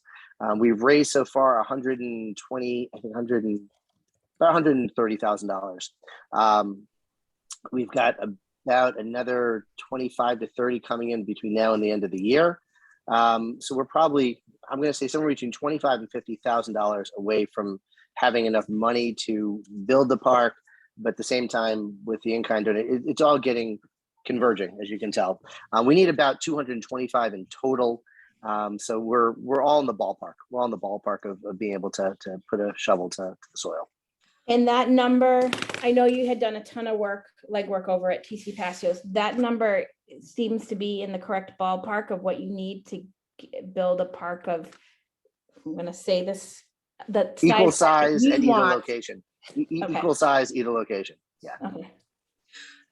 Anthony, is that the revised number? I think from what I recall, and I don't have a good memory like Karen does, but I believe the last meeting you were here, you mentioned that you had a revised estimate what it would cost, and it was more than it was initially thought. Is that 200? We've spoken now with probably close to 20 skate park designers / builders. We have gotten quotes anywhere from $250,000 to $800,000 for the same park. The costs vary wildly. And when we started this project, anyone that goes to purchase anything really in the world, when you start any sort of investigation like this, there's the folks that are eager to take your business, that are out there, they're eagerly hawking their businesses, and the first on the scene, right? The ambulance chasers, right? And they're typically higher priced. There are also ones that cater towards more of a turnkey design, where you're just going to simply write a check. They'll come in, they'll GC the whole project, they'll handle procurement, they'll handle coordination, they'll handle everything having to do, and they'll be the last ones on the site and broom sweeping things and making sure that their punch list is complete. We're looking to take much more of a hands-on approach to this, and the education that the team has received over the past couple of years has really schooled us on what's possible, right, and how much things could cost.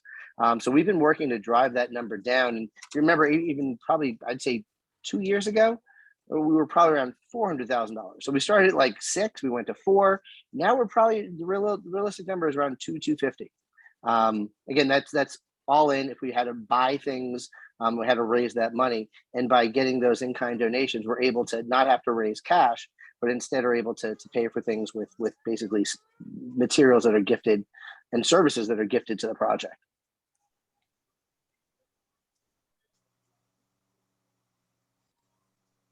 So it's getting Does pretty that make exciting. sense?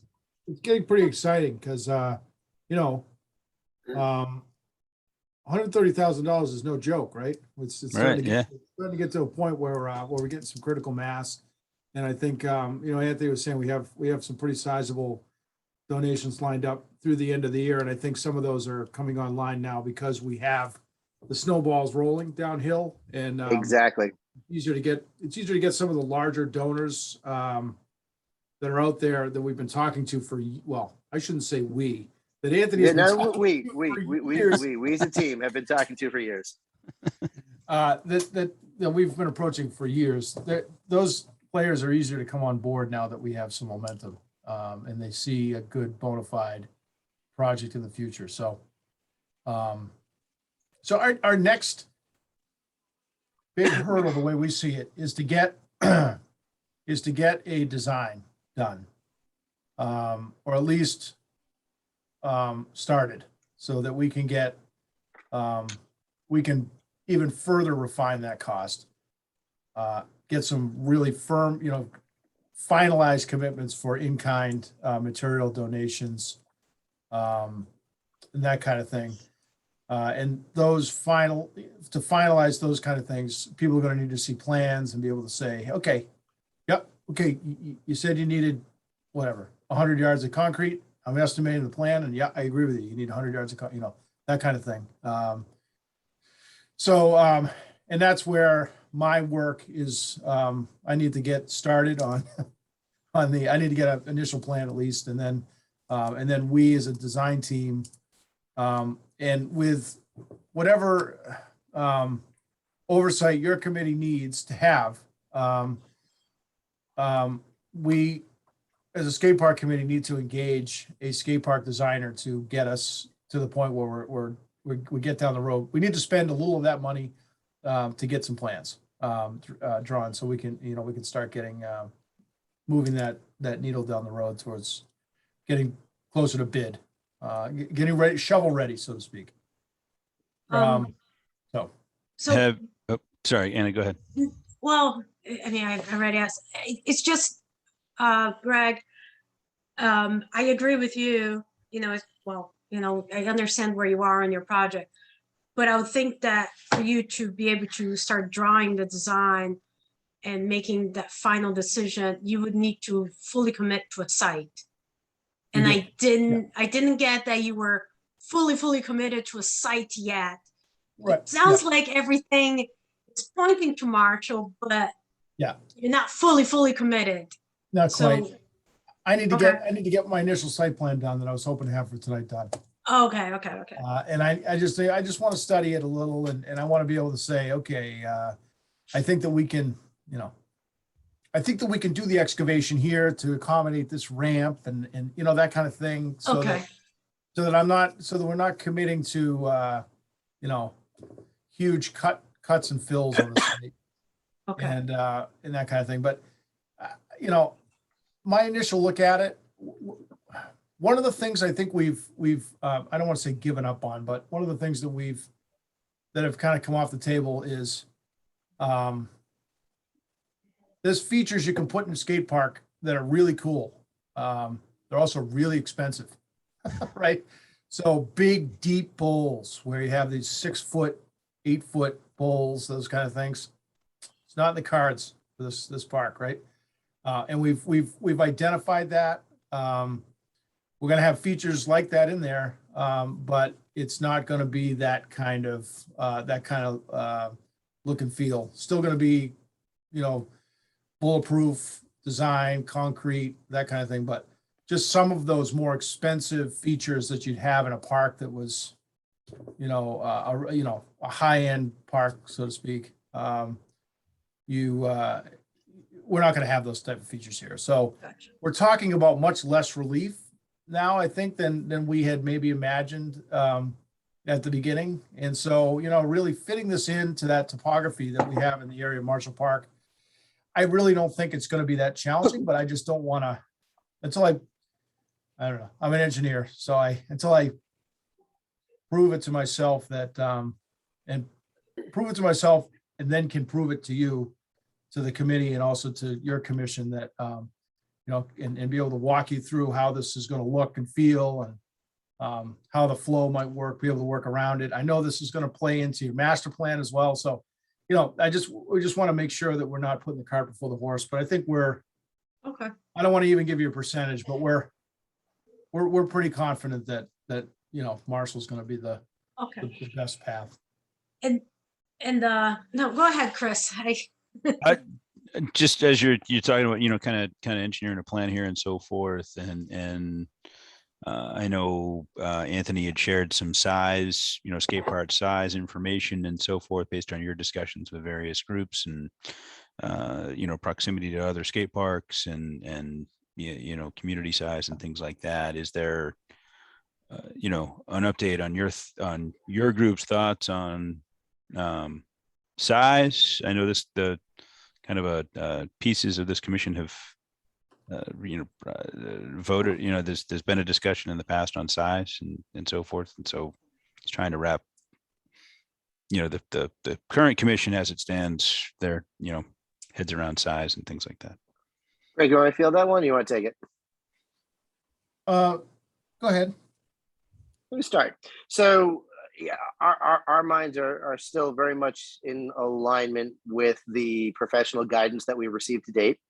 And looking at the footprint afforded by both sites, the square footage is, we could certainly go bigger, but there's really no need to go bigger, right? You don't want to build too big. But we could easily fit, a park that is, within their recommendations, within the square footage allocated within both facilities. And So what is we're just eager for to. so what is that That size? That is wasn't what? an answer. Yeah. Pardon? What is that Pardon, size? Dave? So What is in that? the documentation that was provided to your team, I think the folks were saying that for a town of our size, we were looking at somewhere around 8,000 square feet. Yeah. That would be an optimal facility size. Anything less than that, it just becomes effectively unusable because it just becomes too cramped. It becomes effectively dangerous to the participants. So, at the beginning, we were hoping to get somewhere around 10,000. That impacts the price too, so we've sort of, that we've condensed that a little bit. So that's the polygon. So I've been given a couple of polygons, so to speak, of parks that I can take a look at, does it fit here? And so that's going to be the general size that you see. But again, when I have a plan to present to you, I'll identify square footage and things like that on it. So it'll be easier for you folks to see it when I have a pretty picture up here that I can show you. But that's where we're at. We're and I think we said this kind of candidly a month or so ago that listen, we want to build a park that makes sense for the community. And we have a goal in mind to do, sort of that, the job of doing that based upon all the research that we've done. But at the end of the day, if that park's going to cost us $275,000 to build an 8,000 or an 8,500 square foot park, and we only have $250,000, and shaving 1,000 square feet off the park is going to bridge the gap. We'll be thinking about along those lines because, we're committed to getting the thing built.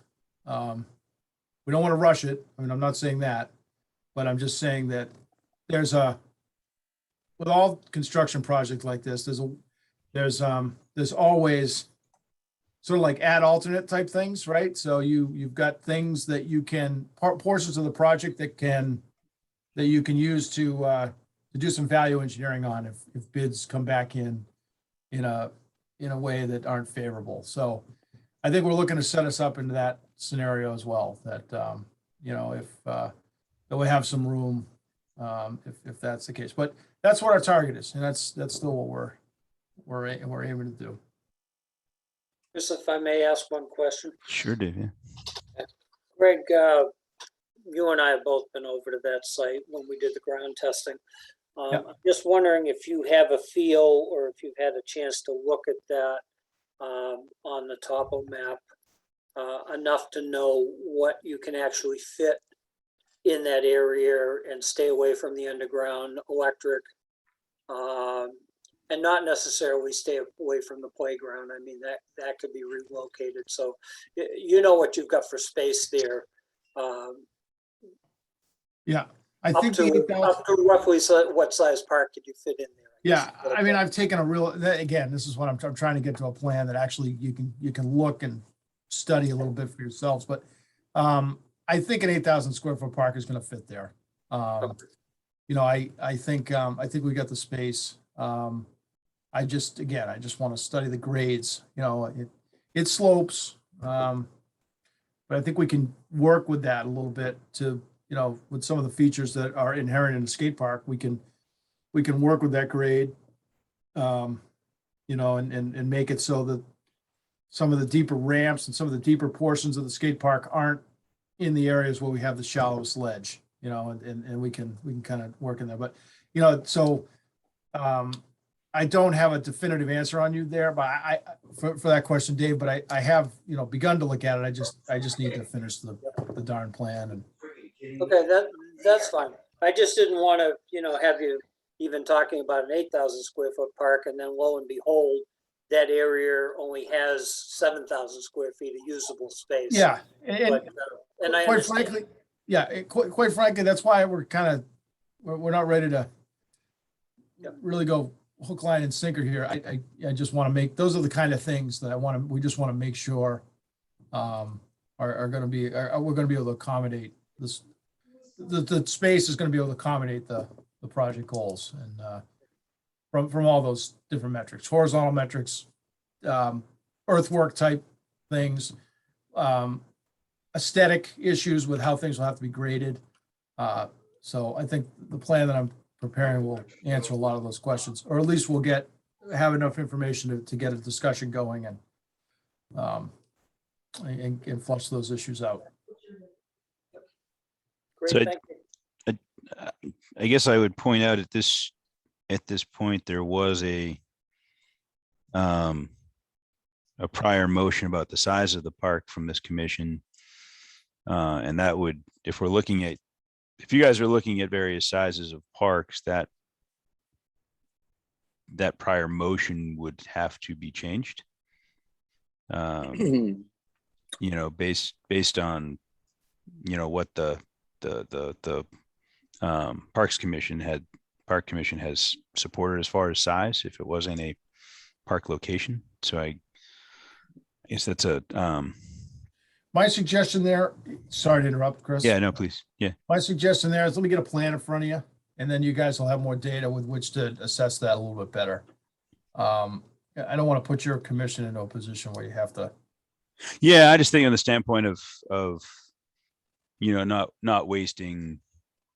And I'm fine with that either way. I'm happy to look at a plan before we go down that path, but I also don't want to, if the majority of the commission is not supporting a size, then we're wasting your time looking at a plan that wouldn't be the size that this commission would support.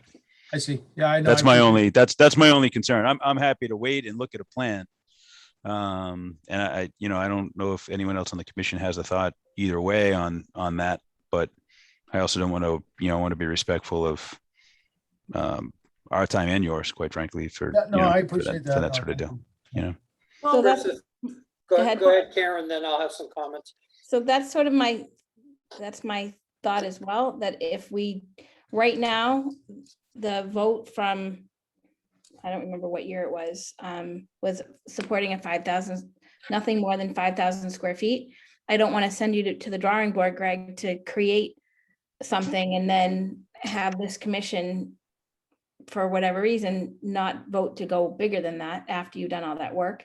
So I feel like we should be giving you the largest size tonight that we'd be willing to support, and that way you're not recreating the wheel again if you come back to us and we're like, we're not supporting that. That's my sort of thought.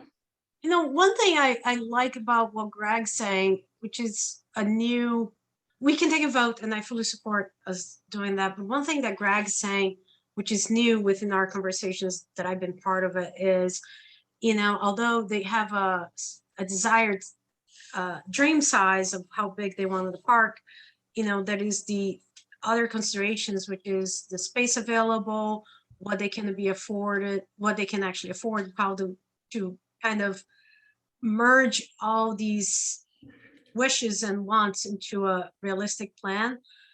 And from what I understood, what Greg said is, it's almost the plan that he's going to draw up will actually have some costs associated with.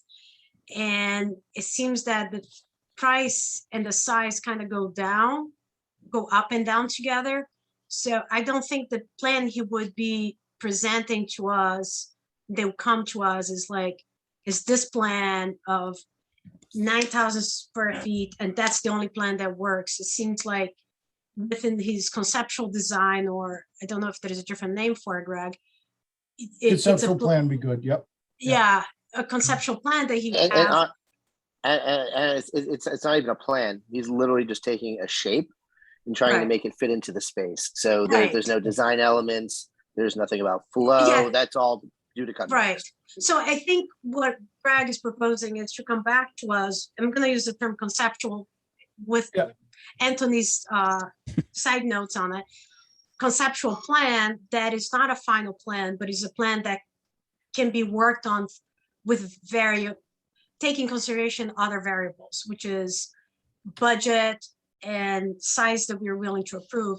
And I think at that point, it might make sense for us to look at that conceptual plan, because, let's say right now we say, we don't want to approve anything bigger than 7,000 square feet, okay, just for the sake of it.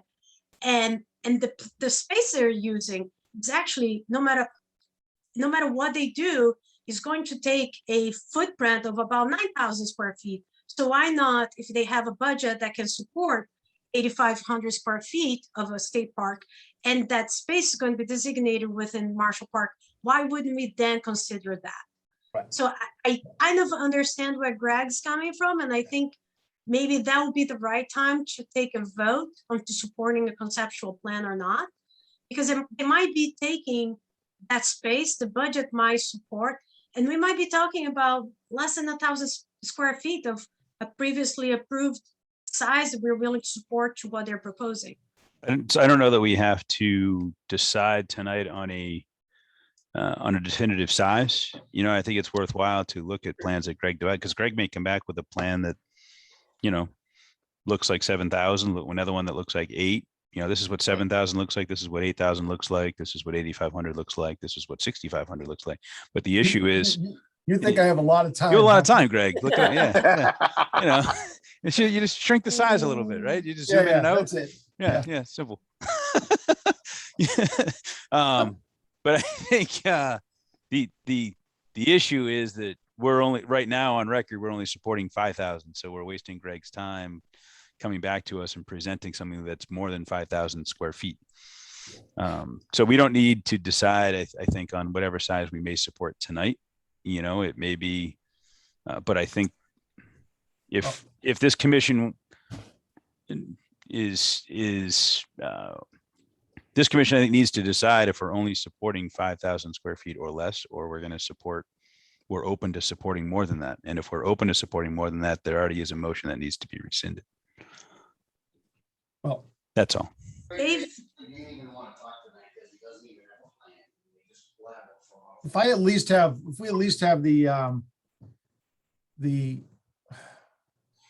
if I come before you with a plan that shows that we can fit an 8,000 square foot park, presumably we'll be able to fit a 5,000 square park if the board reviews it at that commission reviews it at that night and says, yeah, we think, that looks like 6 gallons in a 5-gallon bucket. Let's only approve it at 6,500 square feet. You know what I'm saying? So, I mean, I'm willing to take the risk, that there'll be some, I know there's going to be some discussion on this, I guess is what I'm saying. So as long as maybe you take a straw poll or something tonight that just at least says that you'd be open to reviewing a plan that's larger than 5,000 square feet, not committing yourself to accepting it, but at least that there would be perhaps some scenarios that would exist that we could show you that and again, I don't want to put words in the committee's mouth, but if you wanted to do that, that's fine. Or Can I take a stab at this to Go ahead, Karen. commission members? I think that we should be having a discussion on at a minimum, rescinding the 5,000 square feet so that we can open up discussion as Greg does his planning. And if he comes back with something, I think the goal here is to, whatever goes in there, it needs to look right in that area and it needs to fit that area. And if that's 7,500 square feet, if it's 9,500 square feet, so be it, if they have the funds for it. But I do think it would be important this evening to rescind that 5,000 vote so that, again, I just want to be clear so that we know where we're at and we're not, Anthony and I have gone round and round with this 5,000 square foot conversation for what now, Anthony, a year and a half, maybe 5 years. I have no idea. I was gonna say a lot longer than that. So I think at this point, we have a new, I say new commission, but we are not the commission that right now, out of the 4 of us here, I was the only one on the active commission that was part of that 5,000 square foot vote. And we weren't considering it at Marshall. So now we're considering it Marshall. I guess I just want to, set some clear expectations or what we're looking for, because I think I'm reading the room right and that we would support greater than 5,000. But if I'm not, I want them to know that. Fair. Based Yeah. on that, I make a motion that we rescind the previous vote, and if Karen can look up the year or the date of that meeting and add it to the motion when it's written up in minutes, to rescind the vote that limited the park size to 5,000 square feet. Is there a second to that motion? I'll second that. Roll call vote. Anna, Aye. Karen, Aye. Dave, I and an aye for myself. All right, so Greg, and I don't mean to take over from you, Chris, I just need Please. to, so to be clear on what we're working with here. You're going back to your drawing table whenever you find all of this spare time to create a half dozen or more plans. Yeah, of 4 or what will 5 fit plans. at, Six not tops, like- six tops. Six. Whatever you come up with, Greg. How long do you think it will take you to do that? And when When's your- should we when are look to your have next- you guys back? When are your next meetings? So This meeting is consumed by RFP, I think. it Word. is and it isn't. So this is what we have coming up. We have a meeting on the 17th of November, and that's going to be to interview the folks that have submitted RFPs. I would expect to have a minimum of 3 people, the same as the Board of Selectmen. They hammered through theirs in about an hour and a half. I think they gave each one a half an hour block with a 15-minute question and answer sort of built into that. I would think we'd follow suit. That seemed to go well. So we could certainly put it at the end. And then after the 17th, we're about to discuss this as a commission. Chris, check your calendar, because last time I was on 2022. So November 17th, and then we're supposed to be meeting again on Monday, November 22nd, to make a decision on who we're awarding this contract to.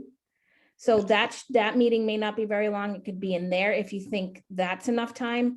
Otherwise, we go into December. I think we're like the 2nd, and We have 3 public, we're looking at 3 public meetings, the 2nd, the 20th, and then January 5th, or the week So of the 5th, I think. we said. If you're willing to hear us on the 22nd, why don't we do that? That gives me a week after. One of the reasons why I'm having trouble finding time, Dave Passios can attest to this, is we're in planning drill for TC Passios town meeting prep here, and that's taken a lot of effort. So that'll get us through town meeting, and then give me a week to get something after that if I need it. But It gives you I 6 will have a days. plan. I'll have a plan prepared in advance of the 22nd of November, if you're willing to put us on that meeting. Yeah. Great. I would just like to be able to provide as much information as we can to whoever we're awarding this to. Yeah. Anthony had gotten some feedback from our DPW director that I didn't necessarily agree with. As a commission, we've only talked about one location. I think that we have been pretty solid in our belief that that's the location where you're looking, that it should be. So it'd be nice to be able to say to the planners, this is what we're looking at for a skate park, so that they know what's going, at least size wise, and some sort of guesstimate of what's going in there. Okay, well, sounds like that jives pretty well then, because if I commit to a plan by that date, or awarding that date, there may need to be some tweaks in the next couple of weeks, but within pretty short order, we could have a plan that you could send to them. We'll at least know if it's viable. Okay. And then we might be discussing still what the final size is. But I think, we'll know. The conversation will be advanced significantly on that night. Okay. Would be my intention. Sounds good to me. Sold. Thank you. Thank you for that accommodation. We appreciate that. Anthony, you breathing a sigh of relief? You feeling better? Like you're ready to kill me? Like No, this is fine, Karen. just looking out my window, wondering if you're sneaking. Greg was the one taking deep breaths there. He just signed up for something else. For volunteer work. Go, Greg. Greg, I you just get saw a the cheering man going, section. Yeah. I was about to say, I just saw a rocket go at my house headed south Karen, watch out. I know. I know. Is it his wife? Did she leave the house, Greg? Can you confirm that she's still home? Probably Yeah, I ready don't to know. go. I'm still at the office. Okay, Karen, Greg's so I still in his don't know. office. Yeah. Okay, awesome. All right, thank you for all of that, guys. I appreciate it. I appreciate thank the you. update and will it be, once you look at this, whatever Greg comes up with in his engineering, if you need engineering help, you know where to find me, by the way.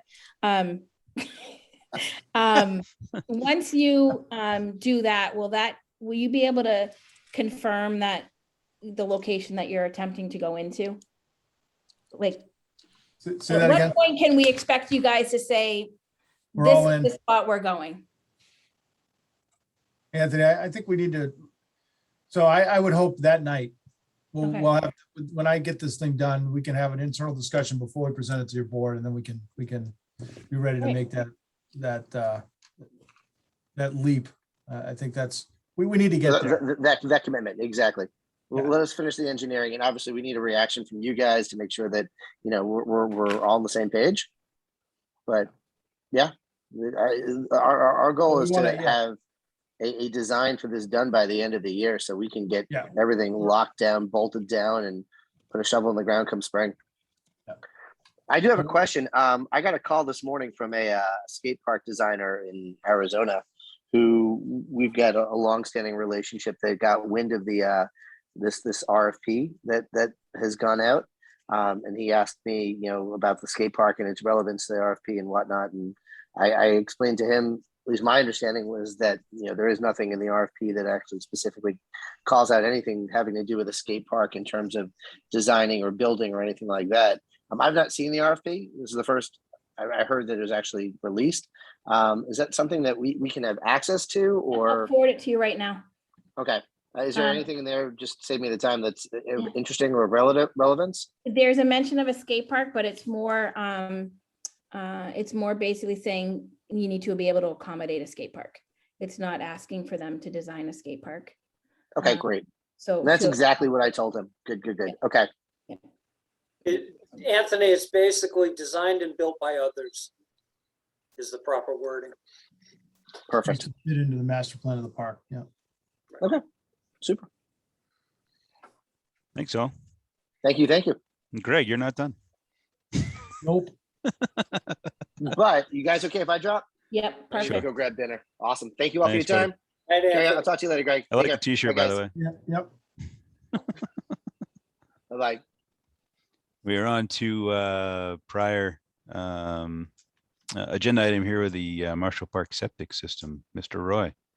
All right. Thanks for the time. I'll try to be brief. I know you guys are, it's getting late. So just a quick update.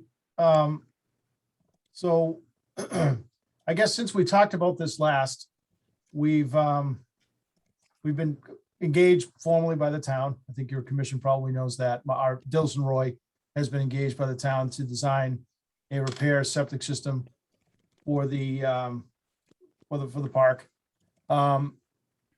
We immediately put an application in with the Neshoba Board of Health to perform soil testing at the site. We did that 2 weeks ago.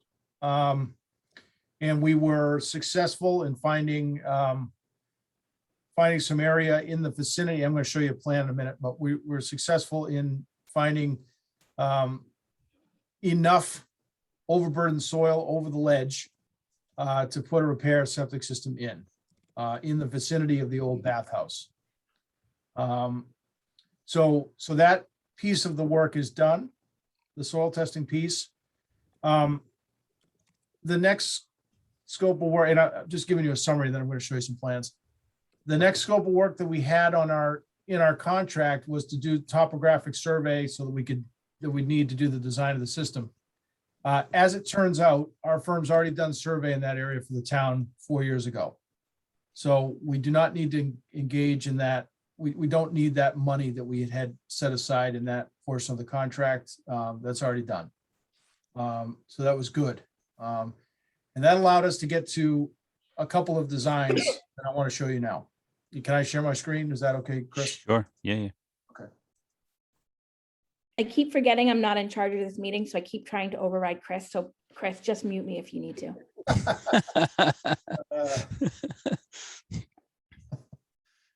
Okay, so I think I've settled this in the previous meeting, but just to reiterate, I'll talk about this plan in a minute, but there is no record in the Board of Health file for the design flow for the septic system that existed in the vicinity of the bathhouse. Which means that we need to work with the Board of Health to assign what that flow is going to be. What the flow is for the facility. It needs to be for the facility. So what we've done is to lay out, tonight I have two scenarios that I want to show the board, your board, the commission, excuse me. And then we also, I wanted, before I forget, tell your commission that we have been put on the agenda for the Board of Health meeting on Monday night, November 1st. So in less than a week, to flush out this very issue of design flow. I'm going to show them the very same plans that I'm showing you here. And with the intention of determining what the final design flow of the leaching field would be, which will allow us to, which will in turn show us how large the system needs to be. So what I have laid out here is a system that would accommodate 1,000 gallons a day. Okay, so to put that in the context of something that might be more readily understandable, that's about the size of two five-bedroom houses. So two five-bedroom septic systems. Septic systems in residential flow are based on number of bedrooms. Septic systems in public parks are based on the number of spectators, the number of visitors to the park. And it's based on 5 gallons per day per visitor. So the challenge we're in here is with no design flow numbers, we have to kind of come up with a reasonable estimate with which to base the design flow on. Okay, so this system here would accommodate, in theory, 200 visitors per day. Okay, so this would be 200 times 5 gallons per day, 1,000 gallons per day. This is about the max that we could fit on the site anyway. So there's no way we can fit the ledge constraints that we have. You can't see me pointing, but the ledge constraints that we have around here, the wetland area that exists on this side of the site. And I guess just to put you in context, Chestnut Street is over here at the top of the screen. Okay, this is the straightaway of the old recycled asphalt product track, for lack of a better word, macadam track, I guess. And this is the large 90-foot baseball diamond. This is the former location of the bathhouse, right in here. So it would be sort of just south of where the bathhouse previously stood. So that Greg, this is do you about have the test holes on there? I can't, it's not. yeah. blown Test up. holes are these darker ovals. Okay, and then we also tested down here as well. So Right. that's kind of the limit of what we think is reasonable for what to put the max that we could put out there. Yep. I also laid out half the size. So a 500 gallon per day system. This again would be akin to like one single family dwelling. A typical single family dwelling in Lunenburg would be something like this size. And so this would accommodate, in theory, 100 visitors per day. Both of these cases, it's going to be a fill system. So we still need to bring in some fill, even though we're on the hill. The soil conditions dictate that we need to be, we're going to need to be slightly out of the ground with the system. And then we'll have to kind of fill in the slope. But I think putting it in this location, we can kind of blend this. I don't think it's going to look terrible because I think we're going to end up blending this into the existing side slope that exists sort of over near where the stairs are. And I think it's going to look more uniform when we're done. So there's a lot of lines on this plan, but I think you know, after we're done here, I think it's gonna blend in pretty well. I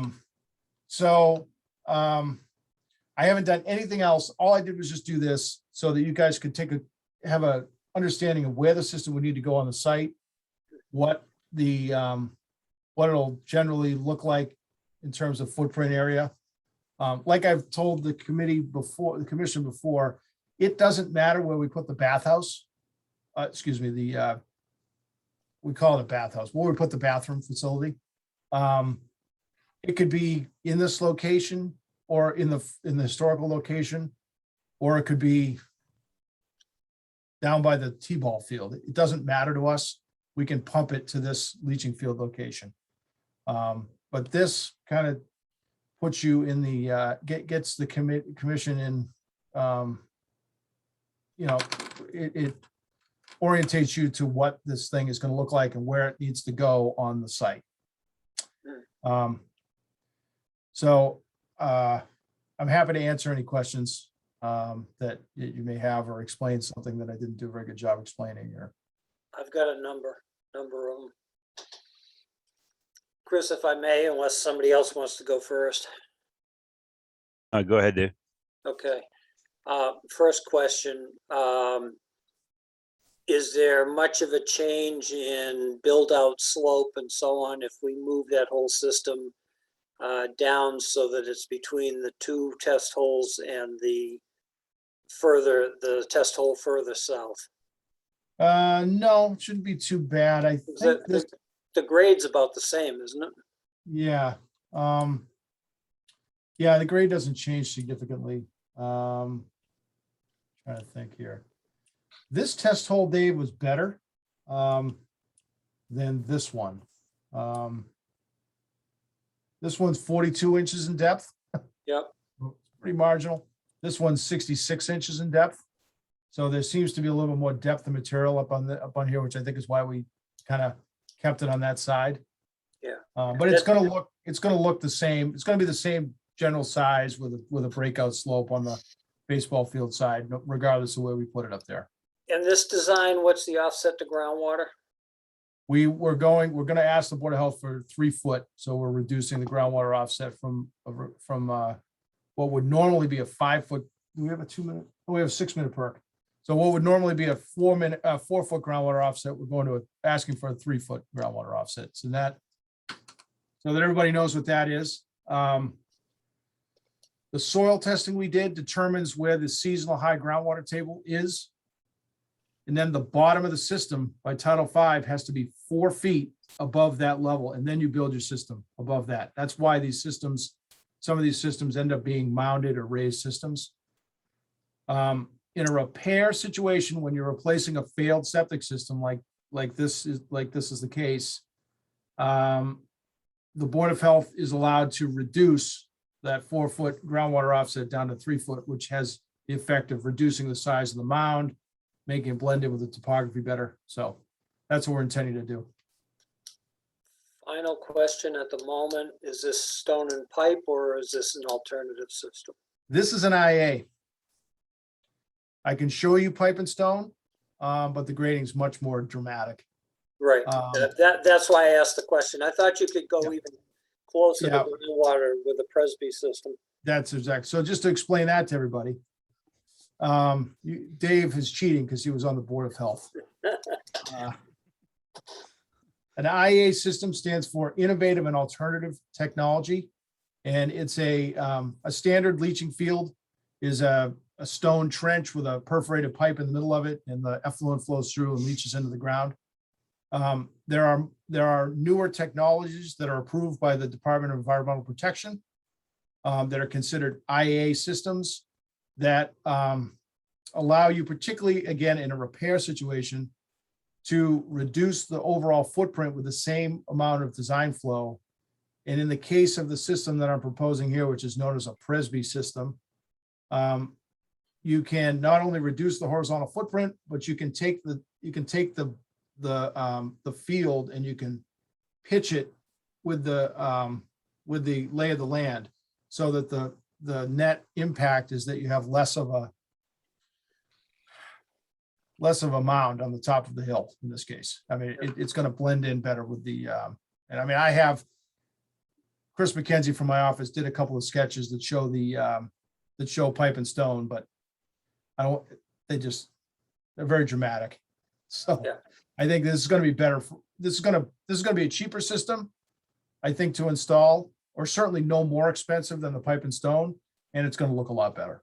And That's the only reason I asked the question, Greg, because if it was pipe and stone, then obviously, as you just said, there could be some improvements in the grading off of the Yep. build outs and stuff. Yeah, we've already kind of studied that, Dave, and this is definitely gonna be so.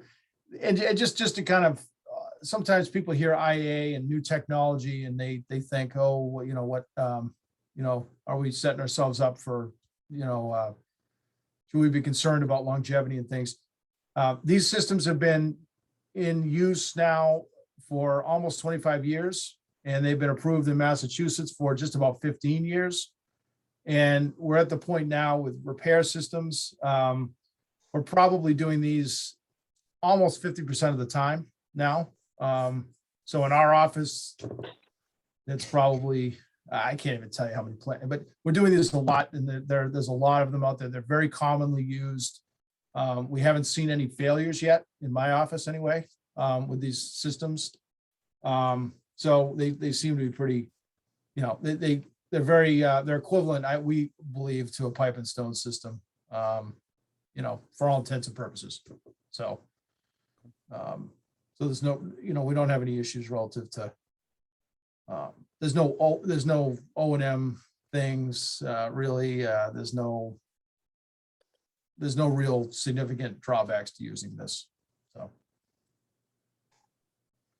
anything else? Again, I don't want to take all your time. So I do have a quick question, Greg. So this is a system that would be 1,000 gallons a day. Is that, were you constrained by what we have there, or is that actually the appropriate size for a park like this? Yeah, I mean, we think, as it turns out, that's pretty much the limit of what we think we can get out there. This is one of those difficult things where you've got a seasonally used facility that even in season, the participants' load is going to vary significantly day to day through the week. You're probably only going to have, you're probably not going to have many days where you're going to have more than, when you're going to have very many people using the facility. But the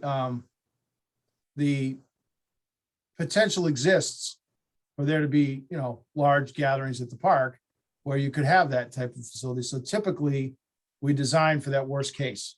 And so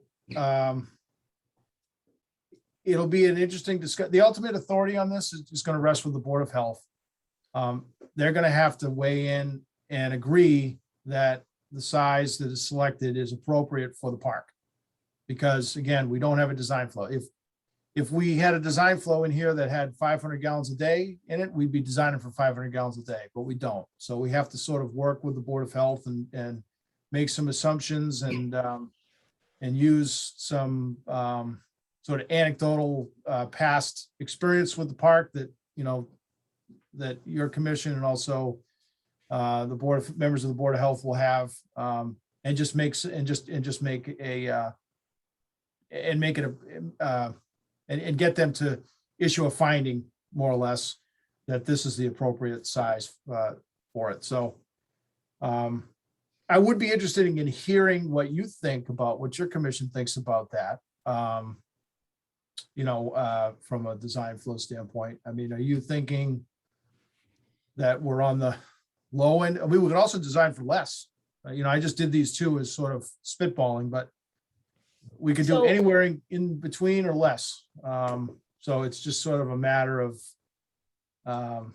I feel like for regular use, like even just like looking at what we have right now, even if the 3 large fields were all in use. I mean, that's at least 200 people there. I don't know how often all three are used at the same time. I know that softball and baseball might be used at the same time.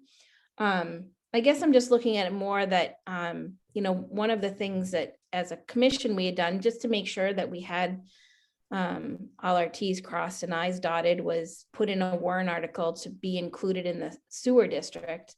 And that wasn't to, try to, I don't know. I hear that the Board of Health wasn't thrilled that we didn't have a conversation or something with them before we did that. But at the time, it made sense. And it still makes sense to me to have that warrant article because, what if you had come back to us tonight and said, there's really not much we could have done there. We just didn't want to take that risk. So, when I'm looking at it, I wonder, one of my questions is, what's the best way to do this? And what's the best way that's going to give us what we need for the population we're expecting down there? And that's hard because I don't know what Marshall Park's going to look like. Is it going to be very similar to what we have now? Is it going to be very different than what we have now? Are we going to have increased usage because of the skate park? I don't know. I just want to make sure whatever we put in fits the area that we have. Yeah. And that's outside of my pay scale. Well, Okay. one thing that I heard Greg saying, and I feel like I'm agreeing with Greg a lot, is that, this is as big as it can be at this site. And I know I have heard there's a lot of ledge and the engineering of anything bigger than this doesn't seem feasible for the location. And it sounds, based on everything that Greg said and what we know, it would be suitable for current use and maybe even more. I can maybe see, we are hoping that Marshall Park in the future will be active, have things going on more than just organized baseball games with the redesign that we're hoping. So it sounds like this size will be suitable for some of those extra activities that we would have. But should we need more than this? Adding to what Karen said, it's great that we're hoping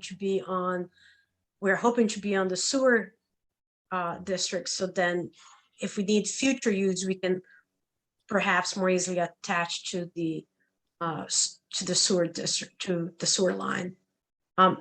From what I heard from Greg, this is as big as it can get, and it does allow for some future increased use than we're currently having right now.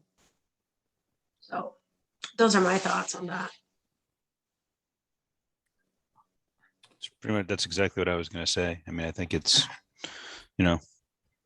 if we need to have the warrant article to protect, or potentially have access to, the sewer district if we feel that we need more volume, I guess. Right.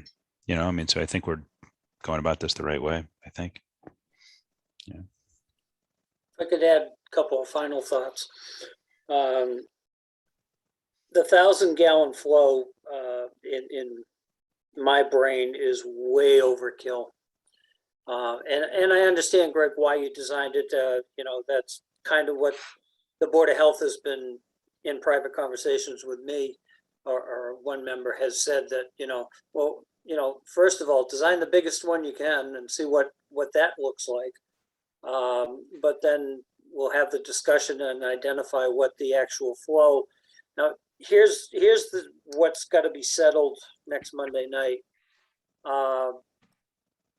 In a repair, the flow is usually determined, and again, this is a difficult situation here, but in a repaired system, the maximum flow that you can build for is what the flow was in the original system. Unfortunately, without the records in the file as to how that original system was sized, we have nothing to go on. I will tell you, and the minutes were read back to me word for word today, that the commission, that the Board of Health has already voted to support the flow for a total of 6 toilets, 3 on each side. And their rationale was that the original bathhouse that was there had 2 toilets on each side, a shower on each side, and a sink on each side. So Yeah. Monday night's meeting is to clarify what that vote meant and exactly what the flow is going to be required for the system. Yeah. Greg, you want to add anything to that? Yeah, I mean, it's gonna be interesting to see how that discussion goes because there's no Title V correlation to number of fixture, those type of fixtures to what the design flow should be of the system. Right. We have to find a way to assign a number of participants, I'll call them, or visitors, and back it up that way. I do wonder, and maybe I'll make a call. I do wonder if there is a building code correlation that we could back in out of. If a architect was given the task of sizing a bathroom facility for a park that the town said needed X number to accommodate X number of people, is there a formula that they have that we could use in the reverse to back into a number of participants? I can try to see if I can solicit some feedback from some of my architect friends before Monday night. I'll probably try to do that to help with the discussion. But Dave said it exactly right. This is one of those, and we run into them from time to time where the system was built back a long time ago, and the existing septic system for the bathhouse was built a long time ago before good records were reliable in the Board of Health file. And so there's just no information as to what the type of system is, how big it was, what the design criteria was. And quite frankly, there probably wasn't any design criteria. They probably just went down there and like they did back in the 50s or whenever they built it, and just kind of put a system in that made sense. That happened a lot back then. So that's going to be the nut of the discussion on Monday. You're all welcome to attend public meeting. So Time is that at? It should be 7. 7 o'clock. I'm not sure what time. I think Andrea said she would be putting this towards the end of the agenda, but it's not expected to be a very long agenda. So I don't expect it to be too late in the evening. And that is in person. There's no Zoom. Yeah. Yeah. It is in person. So Karen, I'm gonna try to attend it. Is anyone else in the commission trying to attend? Who's gonna try to attend? I'll look at my probably be calendar. here if I'm in town. If I'm here, I'll if we're not here, I'm here. But if my calendar is open, then I should be able to go. I will certainly be there as well. And Great. So the question is, I think this is why Anna's pulling me in. Do you guys want it as a posted meeting? Will we have enough of a quorum? Oh, right. Yeah. Although, Dave, you might have more knowledge on this. If we're only there, if we're not deliberating, If we're not deliberating or voting or making any decisions, we do not have to post it. We can interact with the Board of Health. We can ask questions. They can ask questions of us and answer their questions, but we're not deliberating. So Isn't that deliberation when No. you it's information back and forth between 2 different. I mean, I committees. don't mind posting it. I don't Yeah, mind. I mean, if you want to be safe about it, so nobody can question it, yes, post it. I'm gonna That's post the it right easiest now way then. around it. I'm gonna post it, but I have to ask you guys a favor, and that's, if I am not there, I need some, and if Chris goes and Dave and Anna, I need somebody to be taking some minutes of some sort. I'm trying the July meeting, I'm trying to get a copy of their minutes or the whatever one we went to last as a group, because I was just gonna copy and paste it. But if they don't have anything, or they don't include part of our discussion, we have to keep minutes on that. So I would need somebody to open the meeting, our park's part of it, and then I would need somebody to take minutes and then to close it. If I can be there, I'll certainly be there. I just, at this point, I can't commit to anything. Yeah, So, Karen, we'll cover it one way or another. Okay. Chris, you agree there? Yeah, if I'm there, I'm sure we'll figure it out. I got to look at the kids' schedules to figure out if I can get there. But yeah, post it. I'll if do I'm there, something we'll right figure it now. out. Okay. All right, so, I mean, I don't want to cut you off, but, that's all I had for you. Thank you. Thanks, Greg. Go home. Thank you, Greg. Go Thanks, home thanks. and work on and dream of the FAFSA and the CCS or whatever it's called. That can be your next task. I think we finished it. Oh, isn't it crazy? I said something to Yeah. Pauline. I'm like, your husband looks exhausted. And she said you'd been working on that. So Yeah, thank you so much for your time tonight. We appreciate it. okay, no problem. See you later, everybody. Have a great night. Thank you, Greg. Thank you. Can't find my stop share here. Oh, yeah, sorry.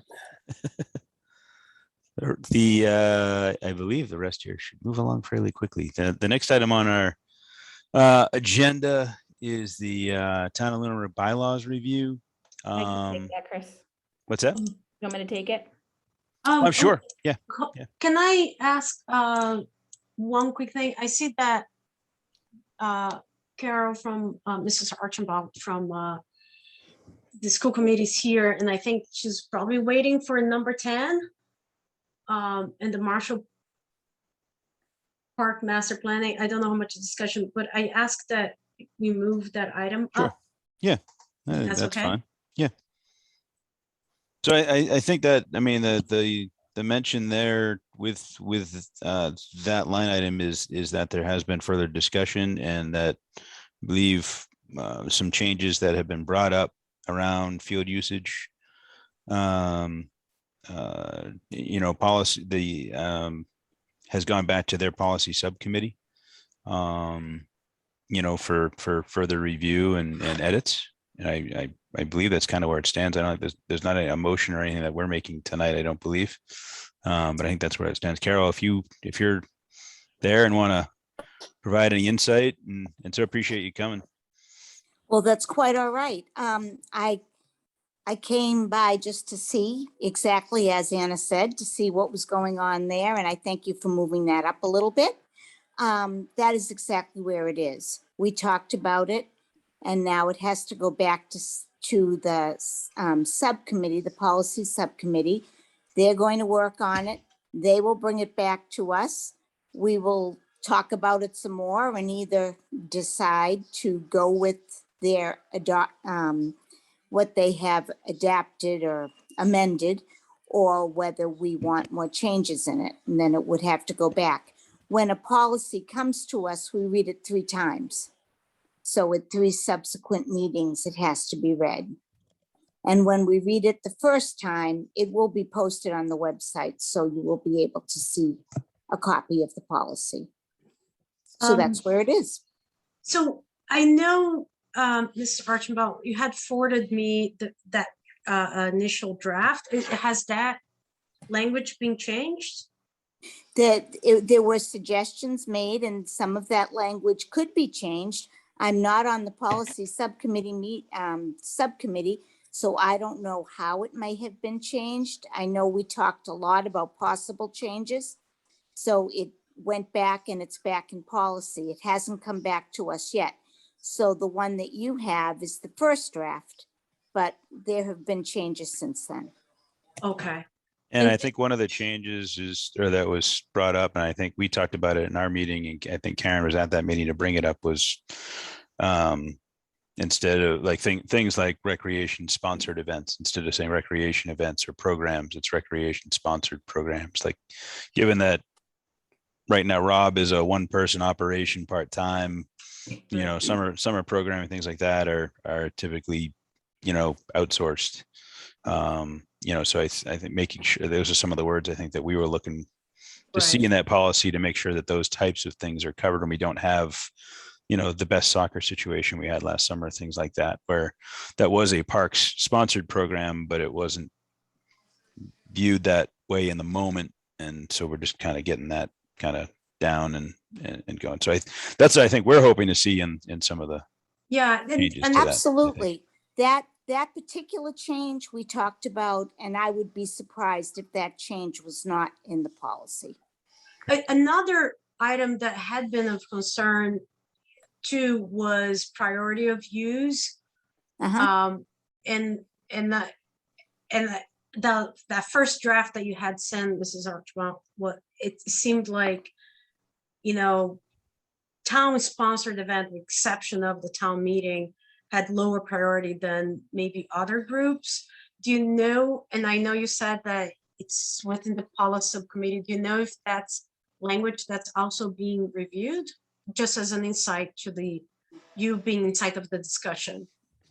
I know by the discussion, they were going to talk about that. I don't Okay. know what the outcome of that discussion was. Fair, right, okay. I was just not sure if that was something that was discussed. And to be clear, they have not met yet. So part of the reason why this is on the agenda is I think it's important for people to, the policies that the school committee is doing and our policy, they're sort of meant to go hand in hand together. And because if it's not working mutually for both of us, it's not a very good plan. So I wanted people to just be aware of the fact that I had attended the last school committee meeting on behalf of the Parks Commission, speaking as the Park Commission chair on things that we had discussed and had brought some things to the table. They were bringing it back to their policy subcommittee. I did reach out to Carol and to the superintendent, I think it was last week, inquiring when that meeting was. I just wanted to make sure I wasn't missing anything. And they said it hadn't been planned yet and they would let me know when it was. So, I'd be happy to share that. I do know I think for me, the takeaway that sort of was a little bit concerning to me, I guess there was sort of two, but one's not as big of a concern. The first one was I asked for clarification on the additional fees. I don't remember how it was worded in there. And there was a good explanation for it. It's things like if we rented the fields at night, we would need to pay for the lights. That completely makes sense. Trash, he had mentioned, that, and by he, I mean, Mr. Londa had mentioned that one group had a surplus of trash. So if we went in and we, had something that had a crazy amount of trash, we may be responsible for that. I'm hoping they clarify that a little bit more in their policy. And then the other one was when I call it the pecking order, for lack of a better word. The ranking of where everybody falls. The school committee currently has their policy has town related and Lunenburg youth sports on the same line. I explained to them that I didn't think those were one and the same. We're different groups with different, needs, and one's town and one's not town. And some of the feedback there was actually opposite of what I thought it was going to be, which was, Lunenburg youth sports should come before town related activities. So that's my big concern there. So I just want to make sure we're following it along because, some of our programming, until we get some additional field space, the success of those programming is going to be dependent on utilizing other spaces that we don't have full control of. So, at the same time, I said this to Carol, I did have a chance to talk with her a week or two ago. Currently their baseball program is dependent on the use of our 90-foot diamonds. So, I think there needs to be some equality in this. And, I want us as a commission to follow along and make sure we're aware of the changes that they may be making and be involved in their public comments on that, on that policy that they're reworking. And I would agree that that will come up in the discussion. And like I say, I don't know how the discussion went or will go, as I'm not on that committee. But I know that the concern about the recreation sponsored programs, when I specifically asked the superintendent if the best soccer people were to come tomorrow, what would they be charged? What would you be charged for that? And she said nothing. So Okay. I know that we're trying to work cooperatively and to come up with something that is going to work for both groups. And then Right. once the policy is set, we want to work with you on procedures to make sure that everybody understands where the email goes, how many days to expect before you Hey. get an Hey. answer, so nobody's stuck. Sorry, dogs attacking each other. They do. Yeah. So I think we're on the same page there, that we want to work this out so that everybody is working together and as equitable as possible. Right. And I also think that depending on how the school policy piece plays out, timing is going to be important. And if they, like Carol said, they have 3 readings of their policy, if it gets sent back to their policy committee again, that delays things a little bit longer. So as we're approaching spring season, if we need to execute a reciprocal use agreement, I think we need to be prepared to do that so that, everybody's stake in this is fully understood and we're all on the same page. I don't want another rehash of this last spring or / summer when we came into our programming and, it hadn't been sorted out. So, if we have to do that too, I want us to be prepared to execute that if we need to. I'm sure that we'll talk about and we'll figure out what to do if it isn't settled. And we have basically made a decision that until it's settled, we're not charging anything. We need to make sure that everybody's on the same page. Yeah, and and I'm sure, Mrs. Archibald, that you will pay attention to this. And that first draft, if there was the intention for that wouldn't be any charge. I don't know if that had included, but the language was still kind of ambiguous. And as we move forward, we just want to make sure the language is clear, crystal, and is not left for interpretation in any shape or form. Because I think part of what happened this past summer, it was a question of individual interpretation. Right or wrong, it was a person's interpretation. So I'm hoping that I will be looking for the language to be crystal clear on how things are. And that first draft, in my personal opinion, did not reflect what we thought the intention of the policy was. Well, that's a fair comment. And as I say, it's back in policy. Perfect. Thank you. Thank you for saying that. And thank you for being here. This is a long meeting and I appreciate you being here and we appreciate your support. And, in the end of the day, like you and Superintendent said in the beginning at our last meeting that you guys joined us, in the end, we all wanted the same thing, right? The kids Absolutely. to have the opportunity to do something and, as affordable as possible.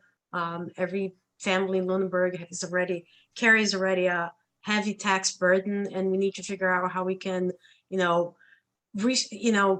tap into that funding that we already have with our taxes and not create too many redundancies and layers of bureaucracy and charge families again.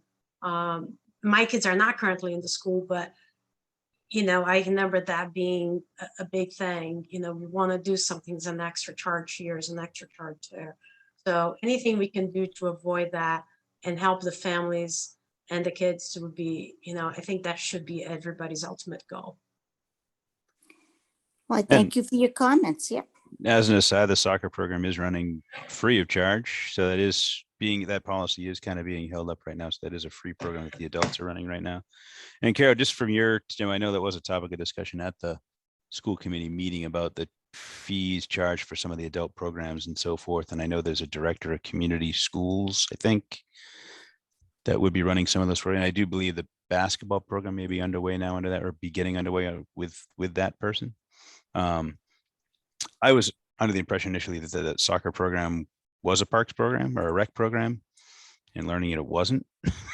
So if, and there was some discussion there about the fees that are charged with that and how those could be utilized by teachers and things of that nature. So by no stretch are we trying to step on any toes of the director of community schools either. But as the season went, it was just kind of, we had a lot of folks chomping at the bit to play some soccer. And so we're glad we get it off the ground, and there's 20 people out there playing this past weekend. So, but in the future, if that is something that the director of community schools is in charge of, then by all means, I think there's people that would support that program and be happy to kind of support it that way as well. So just don't want to be stepping on anyone's toes. I don't think the stepping on anybody's toes was an issue. I think the idea was we just need to figure out who's running what program so that we know, what to do. So I think the way the conversation went was knowing that your recreation director was a temporary appointment. When the permanent appointment came through, we were going to have that discussion and figure out, whose program is whose. It doesn't make a great deal of difference, but, we need to know who's doing what. Great. Wonderful. The other thing I'd like to make a comment about this adult programming. From my perspective, there was a term used during that discussion, the school committee meeting about the adult programming, calling it revenue. And I got the feel that it was seen as a revenue source to supplement whatever. I didn't get all of the detail of it, but I think the goal in these programs is to cover your costs, not to develop a revenue source. Have I got that clear, Carol?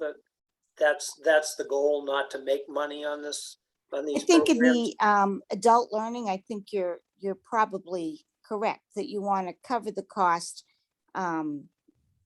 more than create a revenue stream. But there are certain things that we have gotten used to as revenue, not the adult learning, obviously, because we're not running any at the moment. So if we're counting on that, we're going to be in trouble. But there are certain things that you do count on the revenue for, but that the adult programming, I don't believe is really one of them. Yeah. Okay. Well, that's up, as you said, for future discussion when things get a little more stable. Yes. And I'm sure we'll have some hearty discussions about that down the road. Thank you. Thank you. Thanks very much for coming, Carol. Not Thank a you. problem. Thank you, Ms. Archibald. No problem.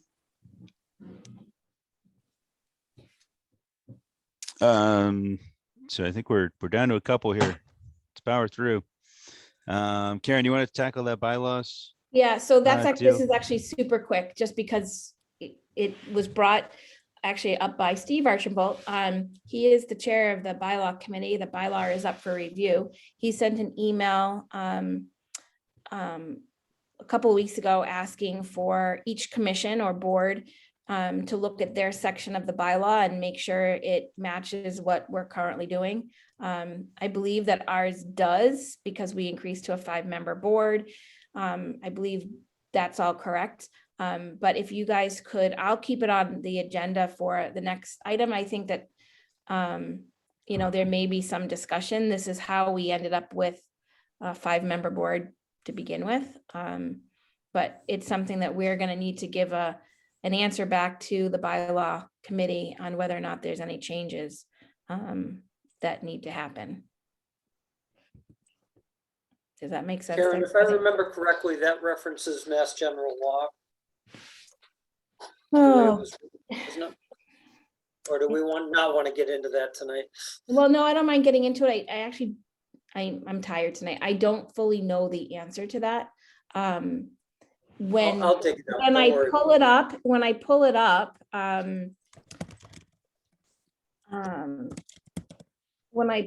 the bylaw, it comes up on what they call Ecode 360, and it comes up as Lunenburg.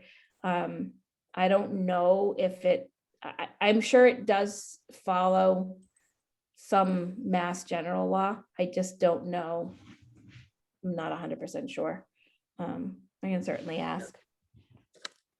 I think I was I was at a lot of those meetings when the charter was being reviewed. And I'm pretty sure that it does refer back to the Mass General Law for Parks Commissions. That's why we have the power to hire officers to patrol the parks if we choose to, that type of stuff. That's all in Mass General Law. And yes, it is. And, you know, I think that I don't know when the timing would be right for this. I think it would be interesting to have a conversation, even with Adam Costa, to come to meet with the group as a whole, because there are things that's Mass General Law. And there's some sort of clause that says, please don't quote me on this, like, don't take it as. You're literally being recorded. Well, I know that, but I guess I'm saying I could be wrong on this. You're So paraphrasing at best. But there's something like, if something is silent, it doesn't, see, this is why I'm saying don't quote me. It's something about if something's not mentioned in something, there's another piece of the law that comes into play that you would still follow if it's mentioned. So for example, and again, a random example, if we have a park commission have a bylaw that says, you know, 3 people at a time can be on Marshall Ponds, whatever, kayaking on Marshall Ponds. But the state law says that it's 5. We would have to say in our bylaw that it was 3, and it would have to be approved, because the bylaws get approved by somebody in the government agency people. So again, I'm exhausted right now. So that was the worst example I probably could have given. If this makes it into our minutes, I'm going to be like horrified, but you get what I'm saying. There's more to it than that. I will ask. But if you go to the so it's kind of like zoning bylaws, where if the town doesn't have a zoning bylaw, which tends to be very relevant and prevalent, like with the solar bylaw, where we didn't have a drafted bylaw. So these companies came and did all the solar mess that they did because we didn't have a bylaw in place, but they used the state bylaw. So there is basically, you're much more awake than I am at 10 o'clock. I suffered through that one. Our bylaws would supersede state bylaw. Right, but if we don't have something established in our bylaw and the state has something. Silent, right, that's the silent piece. If we don't mention it and it's silent, I believe what Anna's saying to be accurate, that it would fall back to whatever the state law was. That comes under home rule. Yeah, right, and they didn't even know the correct term. Foreign, some of it's just foreign to me. Wait, home rule, is that would be that be the term? Is that where it's anything that's passed that's a home rule petition supersedes Mass General Law. Oh, okay, we are the home rule. Okay. Right. Okay, yeah. So I guess what Karen's saying is that this is the bylaw that we have that applies to our bylaws or home rule per Dave's language, but there might be other duties and obligations as regards to Parks Commission that is not listed here that we inherently have from the state bylaws. Right. And what she's suggesting is it may be worth reaching out to the Adam Costa to get an overview what those other bylaws and rules are, so we understand fully our duties that we should be performing, what we should be aware of. They're outside of these 2 paragraphs. Did I capture that right, Karen? Yeah, no, I think you did. So it might be worth sending Adam Costa an email and ask him to forward it to us, any state bylaw relevant to Parks Commissions and, Parks Commission duties and stuff. I can look that up too, because I've actually looked at it a whole bunch of times for various reasons. So I actually know where to find it. But Yeah, so on that, in that drive, if you open the document on bylaws, I actually copied and pasted the parks section of that bylaw.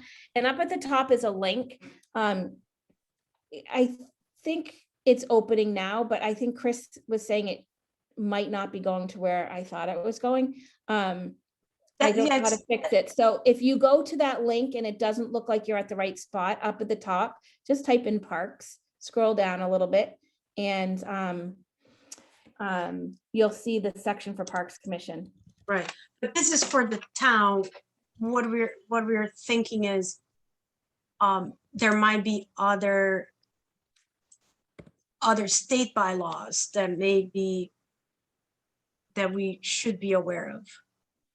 Yeah. Okay. Yeah. So then and you're saying you know where to find that that's Yeah. relevant to the state. Okay. Yeah, So maybe I'll we pull should it up. discuss.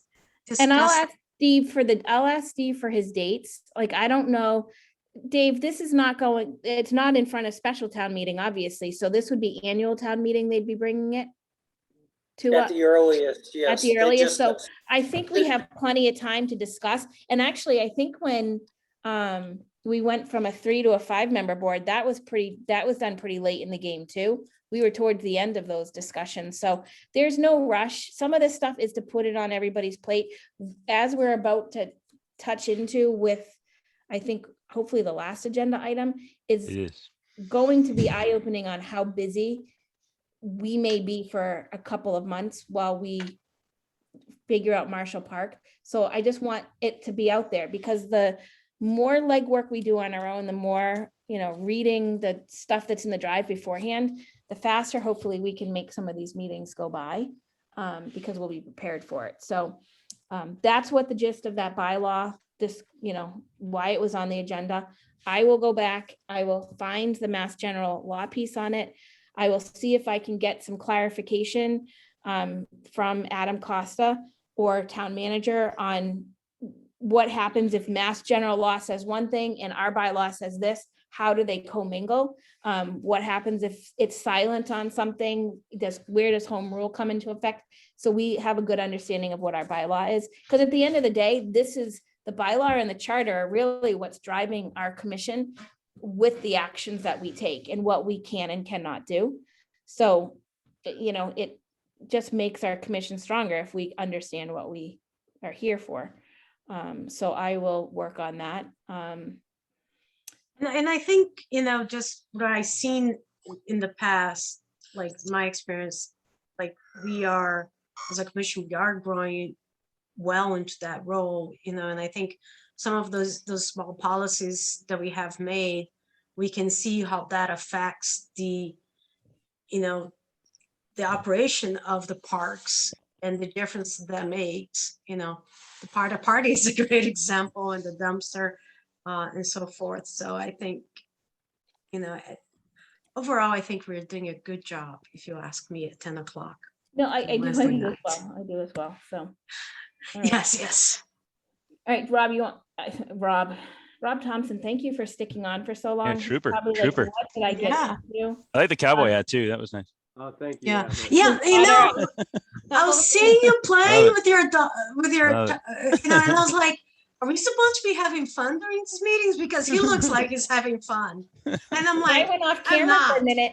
When I went off camera for a minute, my 12-year-old's like, can I go say hi to them? I'm like, no, sorry. No. You're out of luck.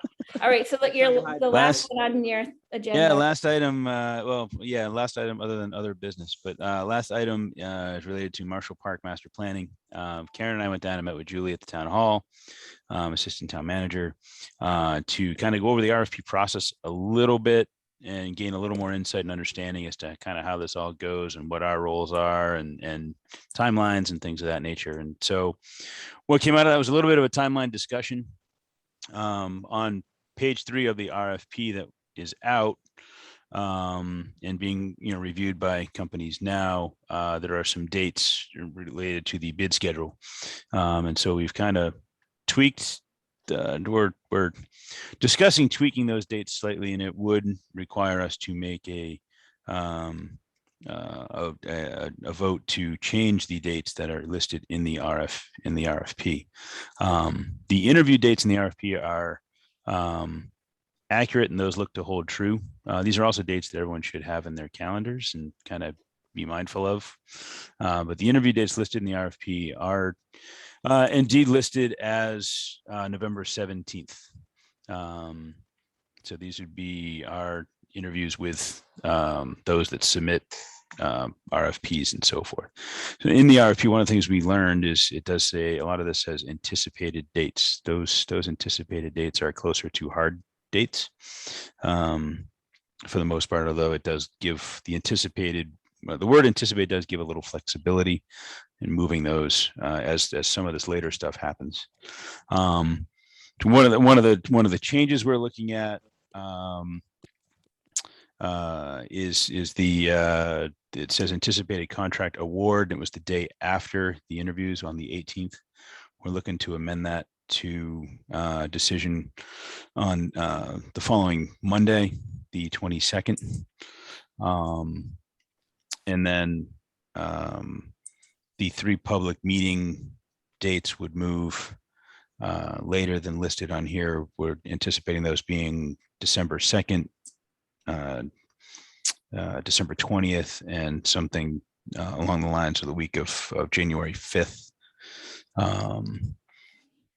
So that would change. And then we were looking to add, there's an addendum that would get added to this, a completion date of this work.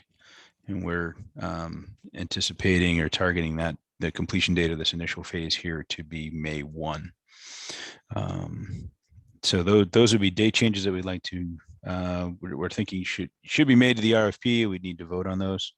And then outside of that, there's some other dates to be mindful of in terms of what we should be looking for from assistant town manager, because we have some tasks in as part of this review process to grade the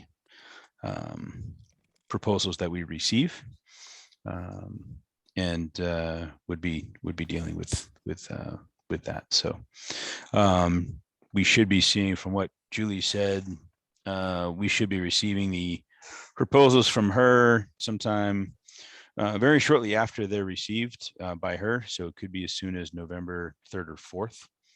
And she's asking us to send back our graded responses to her by November 10th. So those are dates to be mindful of, and I'm sure we can communicate that to everybody again going forward. Just so everybody knows on that, so we had a couple of people come out to the site visit last week, and then they have to, there's an addendum that's going to go out, I think tomorrow. She was waiting for our vote today to make sure that those dates were okay for everybody. That addendum goes out tomorrow. Their proposals are due in on the 3rd of October. Then she's sending them to, I'm sorry, the 3rd of November.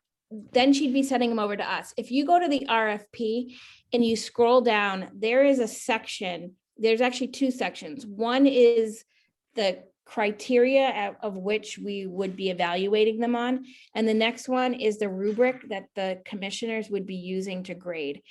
So there's one section in there that's like references. We're not calling and checking on references. Assistant town manager will do all of that for us. But the thought was, if we could do all of that, because as commissioners, we'll each have our own, opinion, and we are going to grade them the way we each want to, get them back to Julie.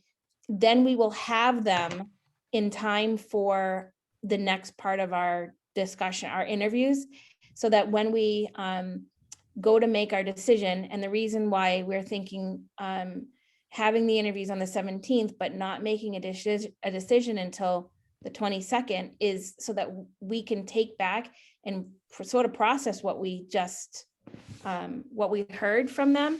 And if we need to, I'll make sure that the video gets uploaded rather quickly to YouTube. I'll reach out to Joe McLaughlin before or right after the meeting and say, can you get this uploaded so we can go back and review if we need to, what was said. So this is just those pieces in there, the stuff that we're talking about for the, that she'd want back on the 10th, or things that we would do on our own regardless. So those start on page 10, the tabs that Karen's talking about, those start on page 10. is the evaluation criteria, and there's a 4, 3, 2, and 1 grade that we would do. So we would be doing tab A, tab B, tab D, E, and F. Tab G is the interview process, so that would be later when we're doing the interviews on the 17th. Tab C is the references, which assistant town manager would take care of. We wouldn't be doing those. And the, Um, the other thing that I want to add there too is that not this week because they didn't have one, but last week the select board met and they did their interviews. So if you're looking to sort of see how they handled their interview process, that would be a great meeting to listen to. And I actually am anticipating at least one of the groups that presented that evening to be putting in a proposal to us. the middle guy. Yeah, I think I kept calling him the middle guy because I couldn't remember what his name was. I'm like, the middle guy. But I do think one of them will be submitting something. So, it might be good to just, if you have some free time, to go and look at that. The other thing on that, the takeaway from that meeting was, we asked, like, as a commission, do we need to formulate questions as a whole to present to them? And the answer to that was no, we didn't have to. And again, the way the board of select board did it was they gave each group a 30-minute block.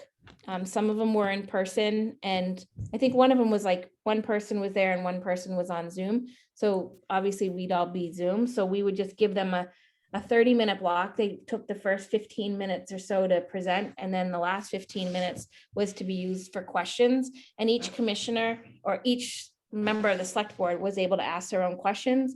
Some of them asked the same question of each person, and some of them asked different questions of each person. So if we can come prepared with questions of what we think we want to ask on the 17th, that would be beneficial as well. So we're not, struggling with what to ask. But read through the RFP, the details in there, how we're determining the answers for the rubric for the tabs. They're actually called tabs, tab A, tab B, tab C, are above that. It will tell you like what we're looking for in each tab, and that's how we can grade them. And then after we do the interviews, there'll be the opportunity to rank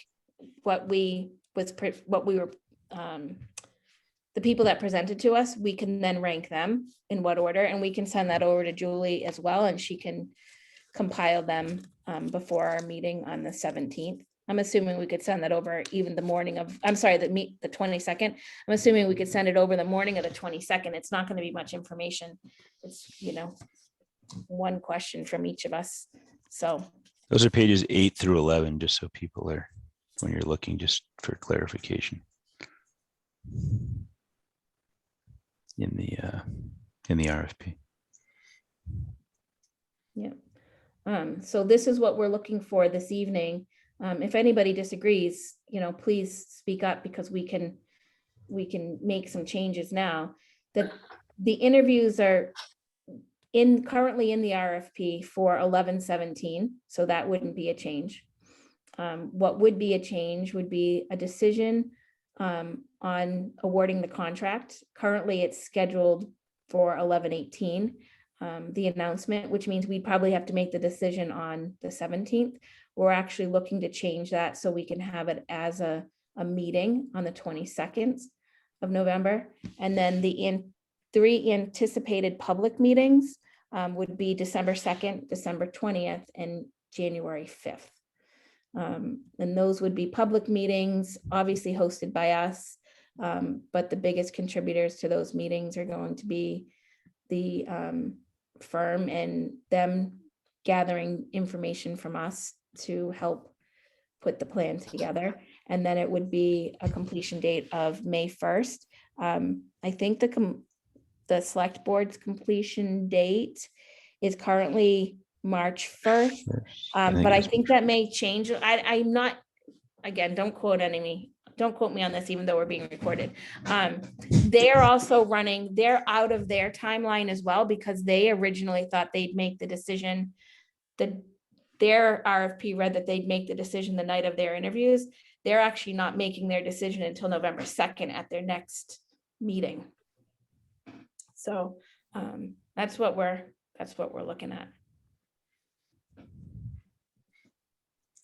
I'll make a motion to accept those date changes and the addition of the completion date of May 1st. Second. That's me. I'm Wait, Karen, go ahead. You did a good job, so you might as well keep going. Not bad. It's all right. Sure. So roll call vote here. Karen It's an aye from me. and Anna. Aye. Dave. Aye. And an aye from myself. That passes. Wonderful. Great, thank you. We are on to other business. Anything else anyone would like to bring up? Real quick on Marshall Park Master Plan. Just one other item. Recently had a conversation with one of the members of the Open Space Committee, and was asking that person about the willingness of a couple of those members to help us out with possible grant applications for this project. And we discussed briefly where we're at right now and where we need to be before we can start grant applications. And basically, we're going to have to be done with this part of it and have completed what I call phase 2. So basically, we have to have a plan developed as to what we're going to do to the park before we can apply for the grants. Was that person's interpretation.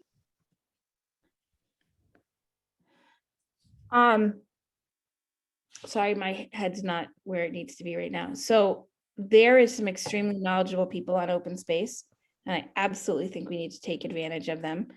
Rob Thompson, I don't know what you have for grant experience. I know that there are some grants that we may be eligible for, including the park grant. I do think it would be a worthy discussion to have whoever, whether it be open space as a whole or individuals from open space who are willing to step forward to help us, come to a meeting.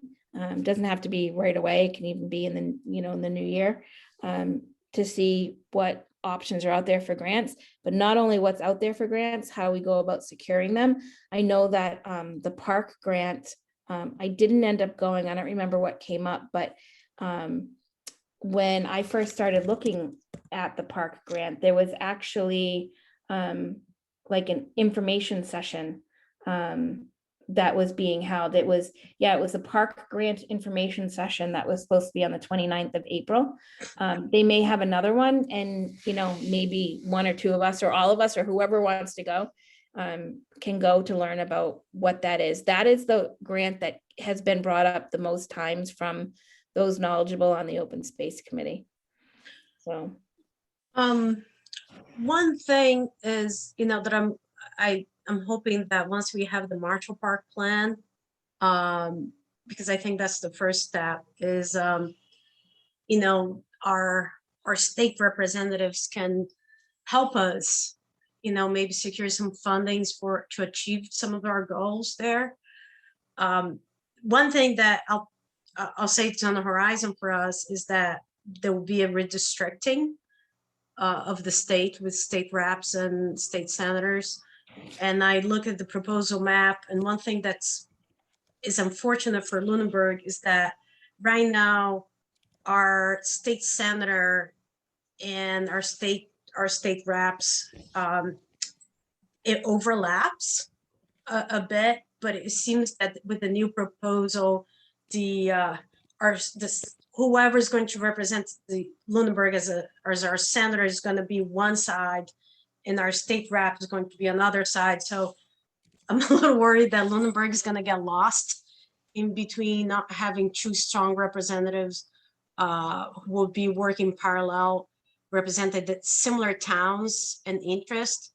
But anyway, so if anyone in this commission has not looked at the redistricting maps, may want to take a look and maybe give a feedback for that. And also, in the meantime, while we have two representatives that cover the same area, maybe reach out to both of them, because they may be able to help us secure some fundings for the next budget season, which they will still be, under Santa and Cronin. Politics. Lovely. Yeah, it makes no sense. But Any other business matters? I'd like to give a capital planning report only because there are a couple of things that are very important to parks. Capital planning has met a couple of times. The proposals for next year's budget have been submitted by all the department heads. At present, relative to parks, there is a $25,000 request for the complete survey of Marshall Park. Nothing's been prioritized yet. We're still in the very early stages, so I don't know where it's going to sit in the list. The other item that is presently has a placeholder, so I'm not sure if it's going to stay on the list, and it will be determined by the amount that comes through as an estimate for needs for repairs to the town beach building.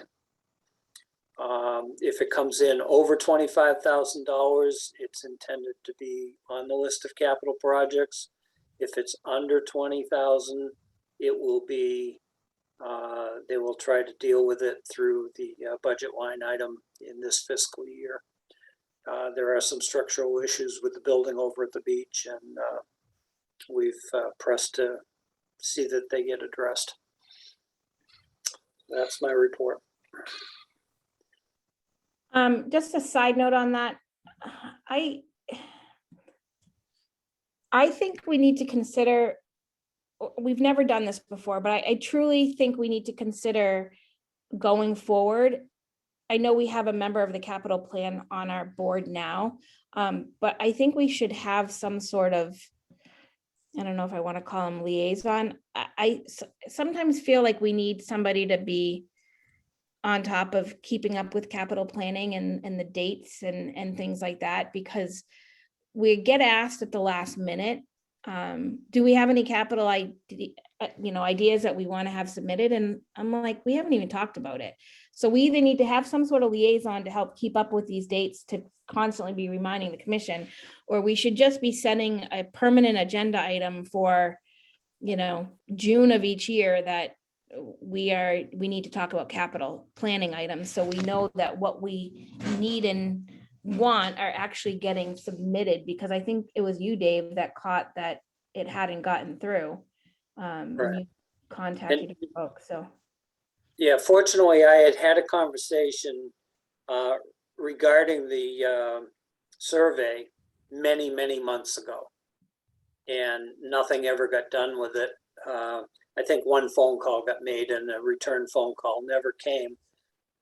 So being on capital planning, I knew the deadline was coming up. So that's how the survey did end up on the plan. And that's actually based off of a good estimate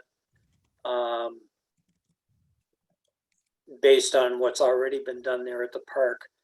If I could very quickly mention also that I had a conversation with Julie in the last 2 days, and part of the addendum that will go out to the interested parties for our RFP will include a statement informing them that the survey plan that they are going to be receiving, I guess the DPW director sent over that plan that was drawn up for the parking. And I was really concerned about that because there was no context given to the interested parties. First of all, I told Julie that they need to be aware that that is not the entire property, because it does not include a lot of the wooded area towards Marshall Pond, and the pond itself are not in that plan. So she's adding that to the addendum. And also that was a draft plan for parking for the park that was never acted on, and that may or may not be what the commission is interested in doing for parking with this plan. So I just wanted to let you guys know that, you know, that is going to be part of the addendum also. Real concern that the process and the communication with the interested parties that came to walk the park, that there wasn't a commission member present to give that context, but it'll be remedied by the addendum. I'm done. It's late enough. Our next meeting is slated for November 22nd. Our next meeting slated for November 17th. Sorry, November 17th. So Sorry, here's interviews. Here's what I'm thinking. That's just interviews, right? Yeah, I'm thinking, let's do the November 17th as interviews, because I think that's going to be at least 2 hours in itself. Then on the 22nd, we'll have decisions, and any other, that shouldn't take, I mean, we should be pretty solid on Decision on at that point. Yeah, so I don't think that discussion is going to be overly long. And then if we have any other regular agenda items, that can be like our regular meeting, because I don't think you guys want to meet the last Wednesday of November if we've already met twice in November. You can all correct me if I'm wrong, that, you know. For the interview slot, should we do earlier, 6:30, or do we stick at 7 o'clock? I don't care, whatever you guys want to do. Anyone? Is 7 easier for you, Ann? I know work and stuff like that. Yeah, 7 sometimes is easier, allows me to get home. Because if I get stuck at work during the meetings, then I don't get home till midnight. My Like, situation may be, oops, sorry. My No, go ahead. situation may be drastically changing after this week. So How so? I'll see how things change. Oh, Not in a bad way, Anna, not in a oh, bad way. okay. No, Um, not in a bad way. It's just. So you that want to stay with availability- 7 o'clock, Dave? We can stay with 7 o'clock. That works. Yeah, so far 7's okay, but that may even be problematic. I really don't know at this point. Okay, It's you can let kind us of know. up in- You can let us know. The Maybe the nice thing about- 17th and then the 22nd, and we Yeah. start at 7 o'clock again on the 22nd. That would be more of a Perfect. regular meeting. Perfect. And I think that's what I'll do. So like when I look at this, like even going forward to December, we'd have a meeting on December 2nd, I think it was. Am I right on that date, Chris? And then not December 2nd, 20th, and then January 5th. Those are the So I'd be public looking to meeting make, deals. I'd be looking to not add a lot to the 20th, because it would be you know, hopefully we have members of the public there to help contribute. But we could possibly reserve 15-20 minutes at the end if there's anything on a regular agenda item that we need to discuss. This is the timing of this with holidays couldn't be worse. So, you know, I do want to be mindful. I do want to be mindful of the fact that Rob Thompson is still up at 10:30 at night and sitting on this meeting. So, all right, I'm going to post an agenda for Monday. I actually am sending it over momentarily. And then the 17th, I'll just do the interviews, and unless you guys, are you guys good with just doing half-hour slots? I mean, that's what the select board did, and it seems. Yeah, I don't think we need more than that. So. Yeah. Okay. Yeah. Perfect. Back to you, Chris. I move we adjourn at 10:29. Awesome. Is there a second? I'm double seconding. Double seconding. It's a triple. Okay. Anna, Aye. Dave, Aye. Karen, Aye. and I for myself, we were adjourned. You guys are awesome. Thank you. Good Thank night, you, everybody. Rob. Thanks, Rob. Good night, bud. Night.